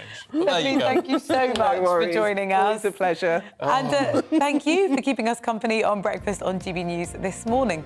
Yeah, Tom Harwood is up next with your briefing, and Breakfast is back tomorrow at 6. Good morning, I'm Alex Deakin with your latest weather updates. Today is another day of dodging the downpours. Yes, a bit of sunshine here and there, but most of us also seeing some fairly heavy showers. High pressure is nearby, but low pressure is dominating, sitting right over the country. Not many isobars on the chart, which means the winds are light, which means the showers are slow moving, so some places getting a real soaking today. Hit and miss this morning, but as we go through the morning, well, those showers breaking out pretty much everywhere. They'll be heavy with the risk of thunder, particularly over the Midlands and eastern England this afternoon. Turning quite cloudy across Northern Ireland, not many sunny spells here, but for South Wales, the west coast of Wales, southwest England, I don't think there'll be too many showers this afternoon here. Good chance of some lengthy spells of sunshine. And here probably the top temperature 17, 18. For most of us, though, it's another pretty cool day, and temperatures will drop off when the showers come along. And as I said, when they come along, they don't shift away too quickly because the winds are fairly light. They'll tend to fade in eastern areas, the showers this evening, but then more rain coming in from Northern Ireland, spreading into Wales and western parts of England during the night. Again, with some clearer skies, it'll turn a little chilly, temperatures well down into single figures, certainly in rural areas. On to Wednesday, and, well, again, it's another day of sunshine and showers. But I think the main focus for showers, certainly initially over the Midlands, northwest England, spreading eastwards across eastern England and again across central and eastern Scotland. Some western parts, particularly West Wales, Northern Ireland, southwest England, west coast of Scotland, mostly fine on Wednesday, dry and bright with some sunny spells. And again in the east, the showers will be heavy, and again temperatures will be suppressed when the showers come along. 15, 16 at best, but with some sunny spells, 18, 19 degrees in the southwest. The showers are fading, and for the long weekend, actually things are turning drier for most of us with some sunny spells and feeling a bit warmer too.